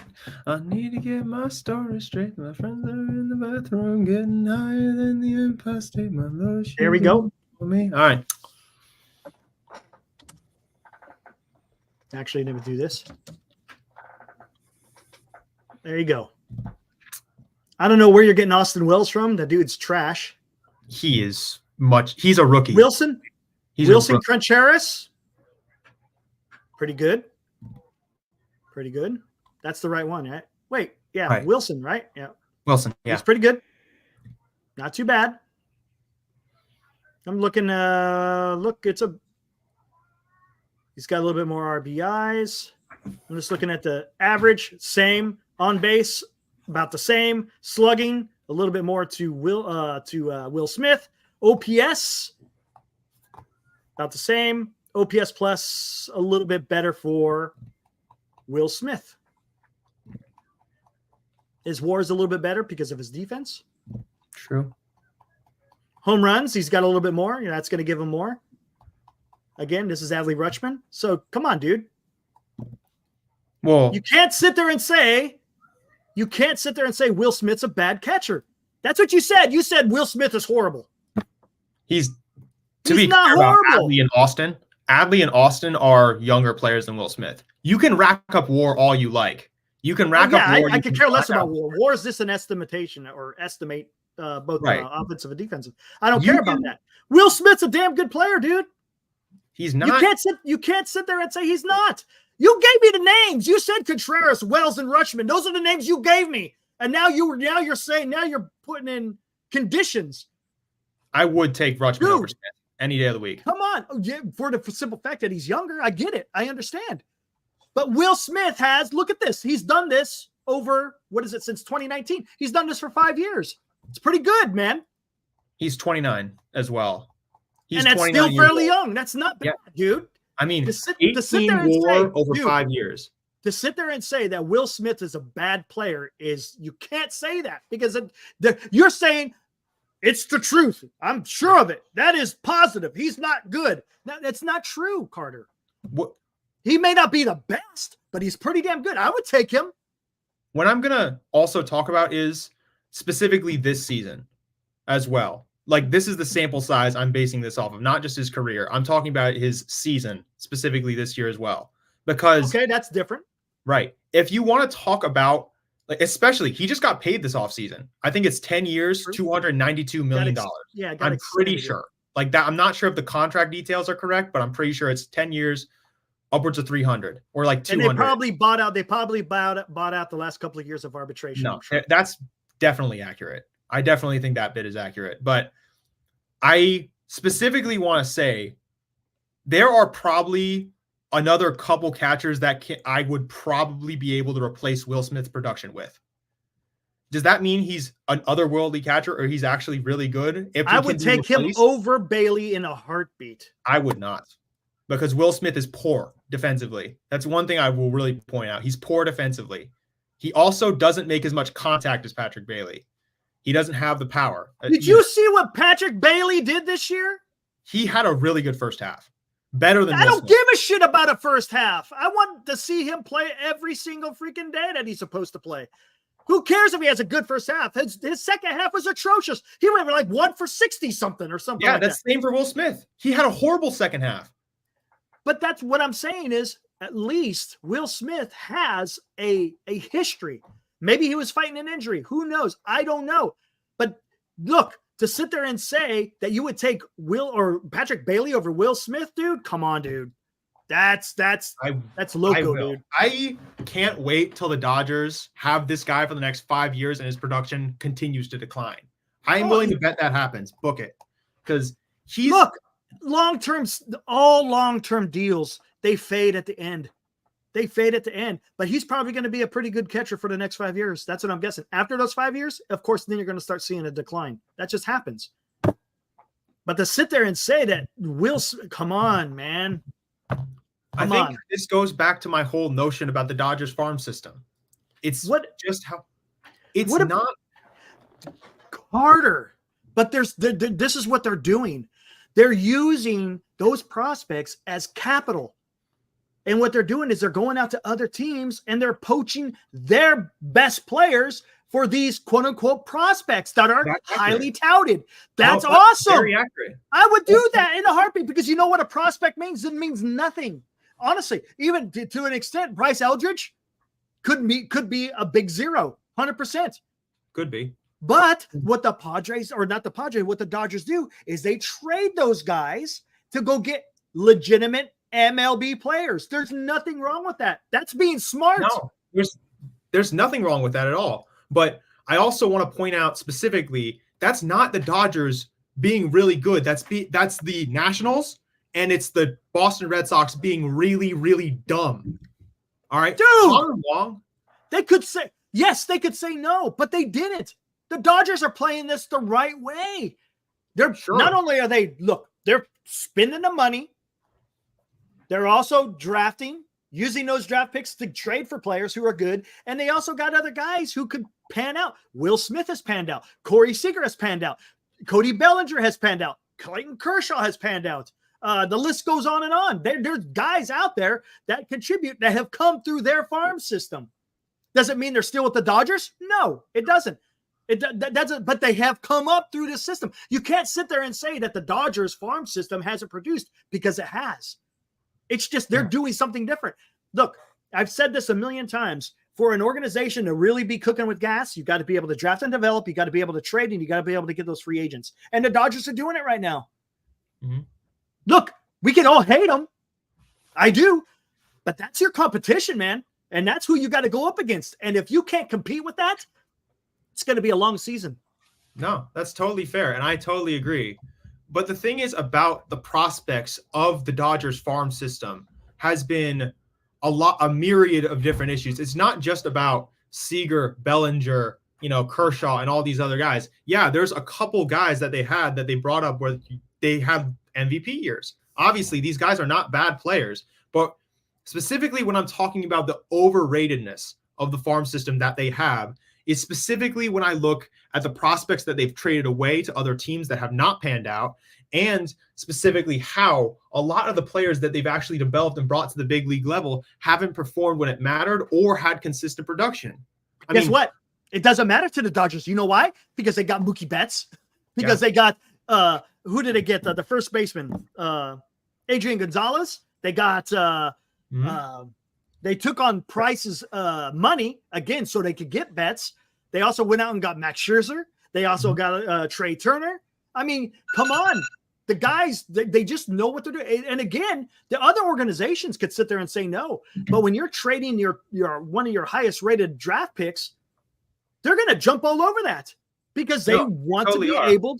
They're going to 100% do that. The Padres have done the same thing when they went and got Juan Soto. I mean, that's what you do as a team. If you want to go get MLB talent that's out there, you're going to be able to trade. Again, as an organization, you got to know who you want to keep and who you want to get rid of to make your team better. That's all it is. So I'm not going to and I don't care what Verdugo and all the guys that they traded. It means nothing because the Giants or the Dodgers got rid of them and probably got rid of them for a certain reason. So they sold high rather than selling low. For example, the Giants, they probably could have traded Luciano. They probably could have traded Matos. They probably could have traded Harrison. And they probably could have got quite a bit back, possibly. But again, it's all up to the other organization on how they feel about those prospects. Well, it seems like these other organizations absolutely love what the Dodgers are doing, and that's why they jump on it. No, that's totally fair. But then I'm going to extrapolate from that. So they use these high-end prospects that don't pan out. So they basically sell the Boston Red Sox, the Washington Nationals, and all these other teams. They sell them a shell. And they sell them something that they think could turn out good, but it doesn't turn out good. So wait, I'm going to extrapolate from that further. So do the Dodgers actually develop talent and create something interesting that is really worth something, or do they just buy talent? Because what's wrong with that? To buy Mookie Betts. What's wrong with that? Where does it say in the MLB rankings that you got to hang on to your prospects? You have to hang on your prospects to win. It doesn't. It doesn't. Does it? Who gives a shit? Right? Who gives a shit? It's about winning. That's what it comes down to. And they're going to make decisions in the best way for them to win. Right. It doesn't matter. Who gives a shit whether or not these guys are producing or not producing from the past? It doesn't matter. What matters is the Dodgers got the players that they wanted for said prospect. Right. That's on the other organization. And I'm not going to fault the Dodgers because they're obviously it's working. Since 2013, they have been in first place in the division every year from 2013 except for one in 2021. That's it. Right. So that tells me they're doing something right. Now, have they been able to get the brass ring? No, they haven't. I understand that. But we make fun of them about that. Am I a genius though for selling somebody snake oil and then doing yes? Are you? Did I make the snake oil? Am I like a person, dude? Am I a person who created something actually of value? You know why? Because that tells me someone is a salesman. Someone knows how to negotiate. Someone knows how to make, who puts their team first, not loyalty to a prospect. I mean, that sounds kind of cold, but they're gonna do what's best for the organization so they can win. Right. And if are you gonna sit there and actually pass up if you have an opportunity to get Mookie Betts? Are you gonna pass up to get a Trey Turner and a Max Scherzer? Why would you do that? Especially when you're in the hunt. That's freaking marvelous, man. I mean, of course it's marvelous, but that only proves to me further from all these things, from the money they spent, the BS prospects that they developed for other teams, from the failures that they've had in their system. It only proves to me that the only way the Dodgers win is when they spend billions upon billions of dollars What's wrong with that? Win. Would you say that about the Yankees? Yes, I would say that about the Yankees. Yankees have 27 world championships. Yes, that's 27 world championships. You know what that means? It means they want to freaking win. That's what it means. Also, I'd like to mention about the Yankees, they developed from within. Derek Jeter was their guy for 20 years? Go back to the years of Steinbrenner. Yeah. You think he spent money? Yeah, he spent 100% he did. Did they develop every time? No. They went out there and got guys, right? Yeah, they did. Okay. There's nothing wrong with that, man. No, there's nothing wrong with that. They're trying. It only proves to me that the Dodgers aren't. The Dodgers are the Yankees of the West Coast. There's a reason why. Now, the only difference is they don't have the rings, right? No, they don't. And I don't think they will. Thank you, Ibrahim. Winning is winning no matter how you do it. That's what it's about. Sometimes, look, there are times where you got to spend money to make your team better because for whatever reason, maybe your farm just isn't producing or it's in a certain timeline where they're not ready to come up. Because when you have to draft and develop, that's the long game, man. And I talked about this the other day. It's going to take years for said prospect who's been drafted to the time that they make their MLB appearance. And once you make your MLB appearance, doesn't always mean that you're going to have success either. Because sometimes it takes a couple of years after that. Right. But that also, when I've looked at all these, specifically the stars that I look at when I look at these with the Dodgers players, they actually haven't done any of the work to make these players. Yeah, they've acquired people, but Mookie Betts is from the Boston Red Sox. He's a Red Sox player. Freddie Freeman's a Braves player. Shohei Ohtani is an Anaheim player. Max Muncy, who I mentioned, is from the Oakland A's. Justin Turner is from another team. Trey Turner was from another team. All of the stars that they have had have never actually been their players. They've always been players that they've hustled from other teams or bought from other teams. It's not actually. Sorry? What's wrong with that? The greed of baseball. I mean, come on. Come on, dude. Yes. Dude, we're talking about MLB. Yes. It's ran by a bunch of billionaires. Yes, right? It is. It's this isn't playing baseball in your backyard, dude. No, we're talking about this is a business more so than a damn as far as the owners are concerned, it's a business, right? Now, certain owners, they actually want to win. There are some that want to do it, some want to make money. But come on, you can't sit here and fault the system because that's the way the system is, man. It's about billionaires paying millionaires so they can have a team to win freaking championships. Again, and when you win your championships, it rakes in more money. That's what it's all about, dude. Right. That's not unfair. That's what it's all about. But the point I make about the Dodgers specifically, they've never done any of the freaking work to make a baseball team. Yes, they have signed people. Yes, they have snake oiled a bunch of teams like better teams than them, in my opinion, like the Red Sox and the Nationals. So, yes. The Nationals are better than the Dodgers? If you want to talk about players that they've had in their history, I think, dude, yes. Okay. I actually, you know what? Dude, come on. Well, okay. I'm not talking I'm going to talk specifically about the last 20 years when I'm talking about these teams too. Because you look at the Dodgers and the Red Sox and the Nationals, only 2 of those teams have actually won a World Series. And only one of those teams has spent the most money. Okay. What about how do you feel about the Baltimore Orioles? The Baltimore Orioles? What do you want me? Oh, what about the Baltimore Orioles? How do you feel about that organization? I think they're a great organization. Why? They develop well. They develop a lot of good prospects. I'll counter that. They sucked, so they could get the first they were draft pick. horrible. You're taking advantage of the drafting lineup. If you suck every single year and you get the first draft pick, are they not manipulating being able to get the first pick every single year for the last? Right. But they're also just being bad. Right. Yeah, they're being bad. Okay. That's what they are. They're not trying. You see what I'm saying? They're not trying to win. So what do you tell me? Is that being snake oil salesman and sucking so you can get the best?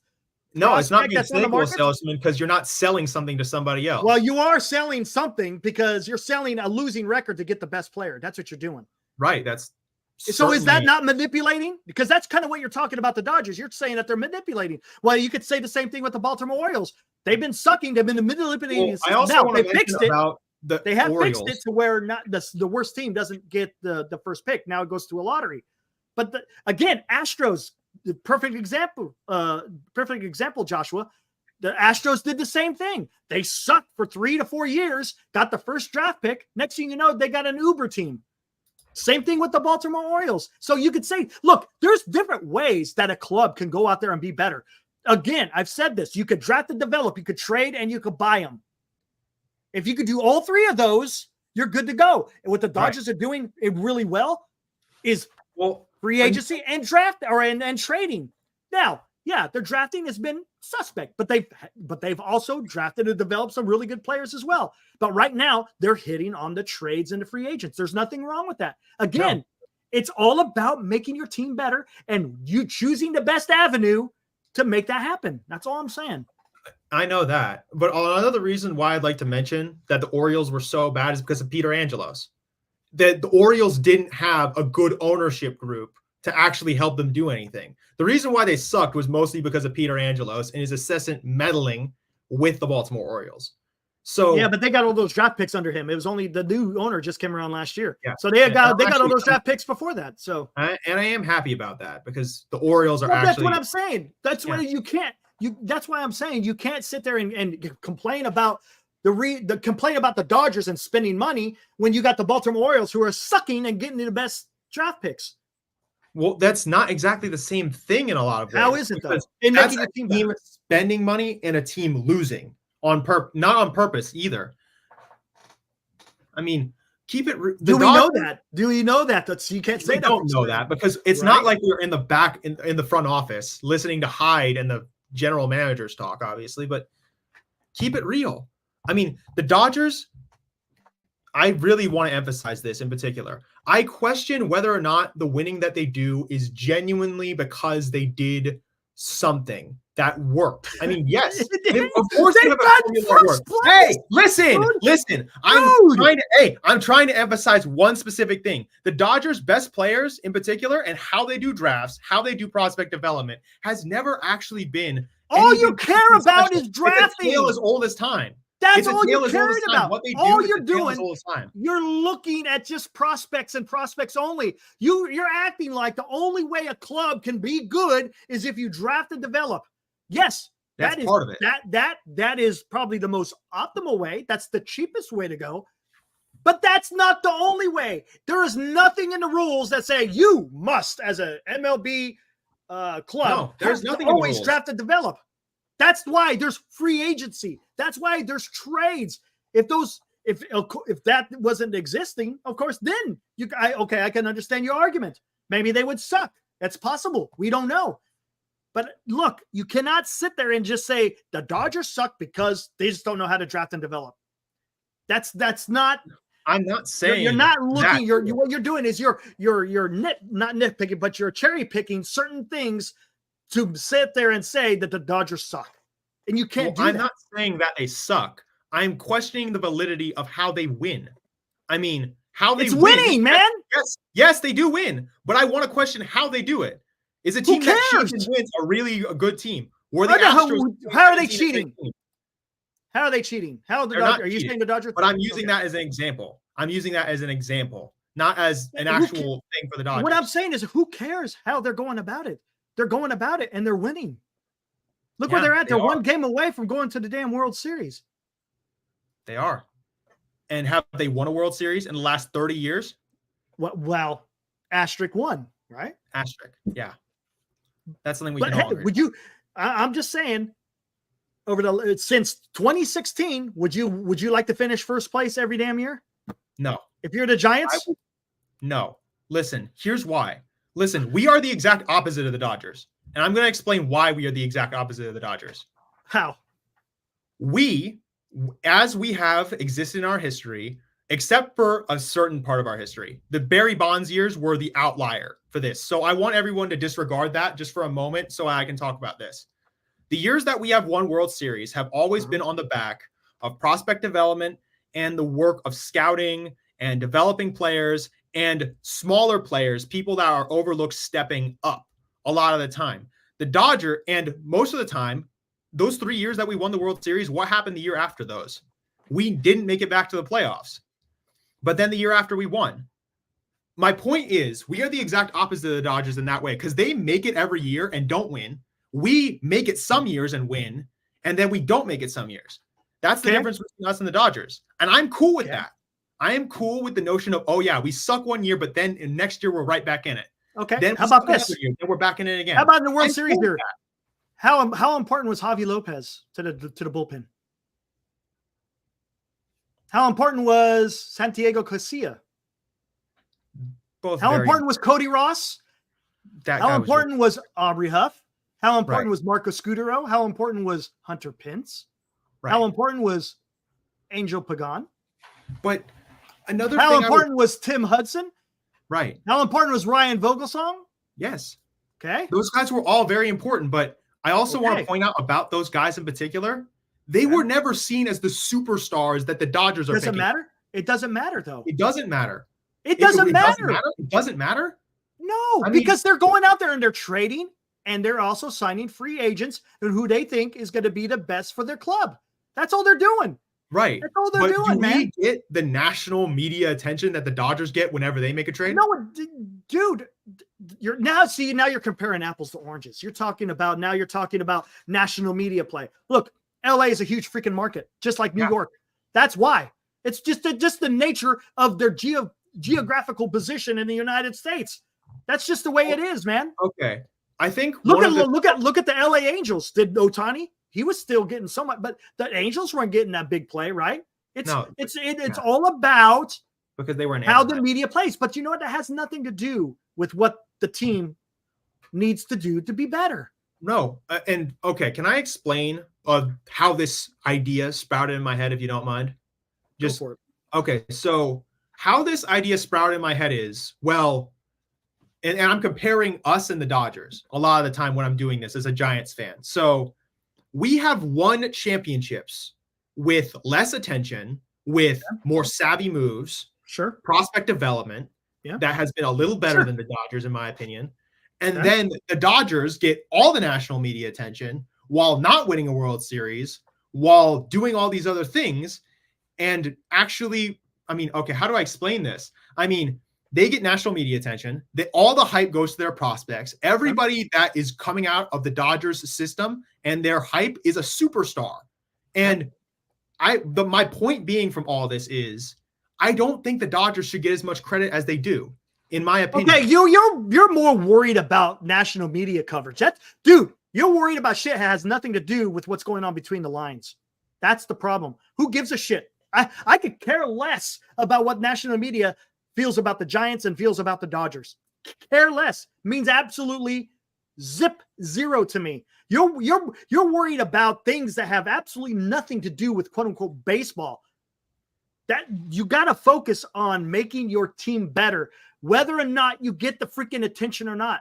It's not about getting the attention, man. I could care less. Right. And again, it goes both ways. You could be the New York Yankees, you get all the attention. You could be the freaking Oakland A's and get no attention. I don't care. It's about what each club could do to make their club better. No. And that's what I'm circling back to. Specifically, like what I'm trying to circle back to in particular is that I think that despite all of the things that the Dodgers get credit for doing, whether it's prospect development. Who cares about the credit, though? Right. Why do you care about the credit, dude? Well, because I think that teams should be given credit for doing well. What does that mean? Oh, you get some extra wins at the end of the season because you did it this way? No. That's not what are you trying to say? What do you mean by credit? What do you care about credit? When I'm talking you know what about credit is? I'm talking win, about loss. perception of teams. Loss. It gives you your credits, dude. Right. I'm talking about perception of teams. Who gives a shit? Who gives a shit about perception? Perception means nothing. You know what it means something? Is when you freaking finish first in your division and you're going on to the freaking playoffs and then go on to make bigger things. I could give a shit about perception. I don't care. I want my team to go out there and win. Yeah.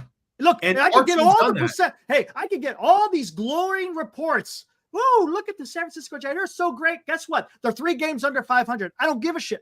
You know what matters to me is win-loss at the end of the season. Right. That's what matters. Our team has had that. Look, this thing that I'm pointing at right now has had that. The Dodgers haven't. What are you talking about? They've won regular seasons and nothing else. You know what? And I understand that. And I get what you're saying because you got to get in the playoffs. But to get to the playoffs, you got to have good regular seasons, right? Without a good regular season, you're not getting into the playoffs. Granted, when you get to the playoffs, they failed, which is funny. I love it. That's fine. That's fantastic. As a Giants fan, I love it. But you can't sit there and say that the Dodgers are not good.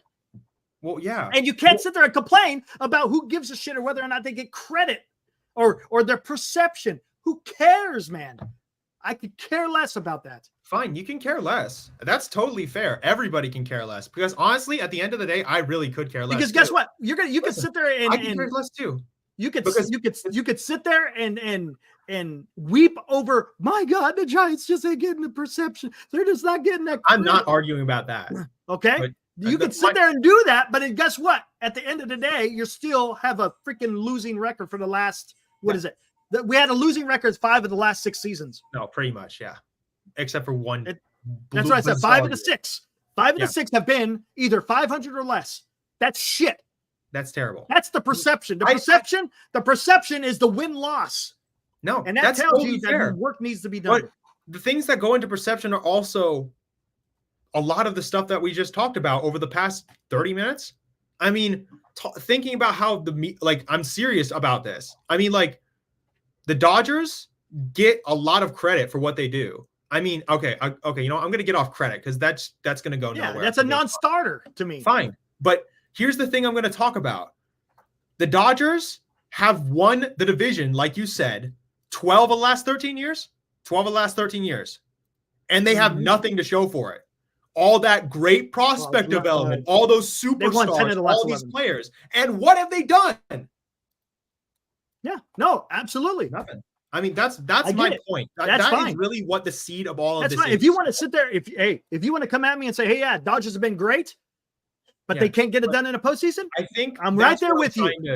I think that's what I'm trying to point out. But you're talking about their farm system. You're talking about credit. You're talking about Will Smith being not very good. I mean, do you see what I'm saying? That just doesn't add up. If you want to sit there and say, yeah, the Dodgers have been having some great regular seasons, but they can't get it done in a post. I get it. And that could be for a whole bunch of different reasons. I mean, a lot of times teams get into the postseason and for whatever reason, they can't get it done. It's not easy, man. No, it's not. Just because you own the regular season doesn't mean you could go into the postseason and dominate. Right. I mean, that's my point. Okay. My point is, like, I think that's what this all circles back to in my head. And I think I got into a rabbit hole and just kind of chased things around. The base of my point really is the Dodgers, for all of their hullabaloo about, oh yeah, they're prospects. Oh yeah, they're superstars. Oh, they have Ohtani, they have Freeman, they have Betts. Everyone says these things. Everyone says that they're this great or whatever, and they have nothing to show for it. What? They have a 2020 World Series. Big whoop. 2020? The year we're all trying to forget? I mean, come on. No, I get you. Yeah. But That's basically my point. That's Okay. my point, basically. I understand. I'm just saying you cannot sit there and say the Dodgers aren't putting together good teams. You just can't, because they are. Right. Does it mean does it mean that you freaking win a World Series every year? No, it doesn't. No, it doesn't. But they are putting together teams to be able to achieve that goal. And I give them credit. At least they're going for it. Unlike other teams, like I said, Baltimore Orioles and the Houston Astros, they sucked it up so they could get the draft picks to make a better team. No, and that's my the way I'm looking at this is specific, especially with the Dodgers. I look at them as the MLB's version of the Dallas Cowboys, because they have all these superstars, all these players, all this money, and they haven't won a thing. Mm-hmm. What have they won in the past 30 years? They have a hollow claim to a paper championship in 2020. That's a joke, obviously. We get that. We understand that. Right. And but barking up the tree of saying, oh, they suck because they never developed anyone. Come on, dude. Right. That's what I'm saying. What I'm trying to basically get back to is when we have a regular season, like for the Giants, when we have a regular season, it starts on opening day. When they have a season, none of the regular season matters for them. That's nothing. They have to win in the playoffs. That's their whole goal. Mm-hmm. We don't have to have that standard yet because we're not a contender. They are. Mm-hmm. And what have they done? That's basically the whole crux of the argument that I'm making. Well, this last offseason, they did a lot to get to the very point of where they're at now, where they're on the cusp of getting into a World Series after spending $1 billion. Yeah, I cannot wait for them to hang a banner for champions of the offseason. Yeah. Champions of the offseason. That's what they are. Well, the way it's leaning, not saying this is true, but it could be, hey, it's either going to be the evil empire of the New York Yankees or the evil empire of the West Coast, the New York or the Los Angeles Dodgers, because those two teams are likely at this point right now. I'm not saying it's set in stone. Those are going to be your teams are going to be facing off in the World Series. And guess what? Guess what both teams have done? Spent a lot of freaking money. Yeah. And why? And to get to that very spot of where they're at on the edge of winning a World Series. And again, there's different ways you could do this. You could be pissed off all you want about how they achieved it, but they have achieved it. That's all I'm saying. No, that's all right, man. I'm going to get ready to shut down. It's already 11:08. Right, yeah. We've been going for about almost 2.5 hours. There's just, No, go for it. Finish up. Okay. Yeah. So I'm going to say this about the World Series. If those two teams make it, which is very likely, God help us all. I'm just going to say that for the record. God help us all, because we have two options and they are terrible. We either have the locust, that is Yankees fans, coming to annoy us after crawling out of their den after 2009, or we have Dodgers fans winning. And look, I'm not gonna dog on Yankees fan. Hey, they're loyal to their team. There's nothing wrong with being loyal to their team. Yankees fans. I am not gonna look. Yankee fans. They're Yankee fans, right? They're not as obnoxious as Dodger fans. No, they are not. Because I'll tell you one thing. At least Yankee fans, they understand baseball, right? They do. I mean, they might come at it a different way, but they understand their baseball. Dodger fans, not so much. Right? Really get. I'm not going to put them all. I'm not going to put them all in a one basket because I'm sure there's some knowledgeable Dodger fans out there. But Yankees fans, dude, they love their team, and they look. Yeah. They're critical of their team when they suck, and they praise them when they win. There's nothing wrong. They're just that's one thing I'll give to the Yankees. I mean, they actually have fans who understand baseball, and they're not a commercial club. In a lot of ways. I mean, the Dodgers are a commercial club, in my opinion. But they're all commercial. Everyone's a commercial club, but the Dodgers are the biggest commercial club. Some are bigger than others just because of, again, their geographical location within the states. Just the way it is. Call it fair, unfair. That's the way it is, man. And all right, Carter, man, it's good talking to you, dude. We'll catch you on the next one, bro. See you, Eric. See you. All right. All right, guys. There was Carter. We had a pretty good conversation there, huh? What'd you guys think? little back and forth. Nothing wrong with that. I see where he's going. Again, I'm just trying to point out some of the faults of his thinking there. That's all. No big deal. No big deal. It's all fun and games. It's all about just talking baseball, right? All right. What do we got out here, guys, before we close it down? New York versus LA will be epic. Can't stand LA. Those are the best players in the country. 20% of the league's best in those two teams. You're not far off there, Kyle. What's up, Kyle? Hopefully you're having a good Friday, dude. Dodgers lose the NLCS or end world hunger. Which one do you choose?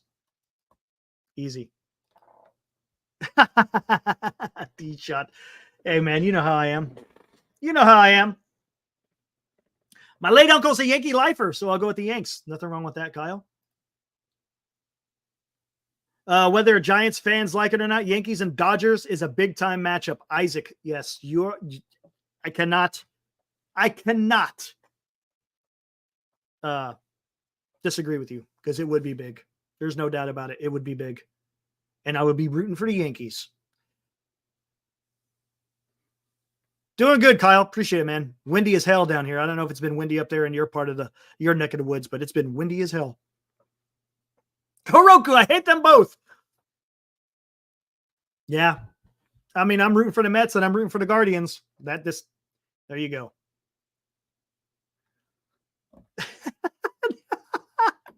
Oh, man. Alive. You're catching some flack from Carter, man. Oh, man. Don't take it too personal, Carter. It's all good. At least Will Smith doesn't fall off in the second. Thank you, Mike. Thank you, Mike. Appreciate that. All right, guys. Let's close this damn thing down. We'll be back tomorrow. Probably 8:30-ish, depending how long that game goes. That game went long today. Again, awesome game between the Guardians and the Yankees, man. Those last 3 innings of the game were absolutely fantastic. I was hoping the Guardians were going to be able to pull it out. Unfortunately, they didn't. Hold on. Tomorrow, Carlos Rodon is going to go for the Yankees. Tanner Bybee going for the Guardians. That's going to start same time as today, 5:08 Pacific in Cleveland. Will the Yankees punch their ticket into the World Series? Or can the Cleveland Guardians stay alive? Kind of like what the Mets did today. Mets were down 3-1, but they were able to win big today. Put up 12 runs against the Dodgers 6. It's great to see. Showed the Mets had some life today. That's what I wanted to see from the Mets. That's what I expected to see from them the last couple of games, but it just wasn't coming to fruition. But today, the bats woke up. They were able to get something done. We'll see if the Mets can continue the winning ways on Sunday. Sean Manaea is going to be going for the Mets. I like that. I absolutely like that Sean Manaea is going for Game 6 I think he gives them the best chance to try to get to a Game 7. Again, Mets got to take care of business. They're going to have to take care of business. There's no doubt about it. The Dodgers, it sounds like they're going to have a bullpen game unless they announce otherwise. So it should be a lot of fun. Anyways, guys, join us tomorrow again, right around 8:30-ish, somewhere around there, at the conclusion of the Yankees and Guardians game. All right, guys, it was fun tonight. Had fun. Good to see you guys all out there, and we'll see you tomorrow night. Woo!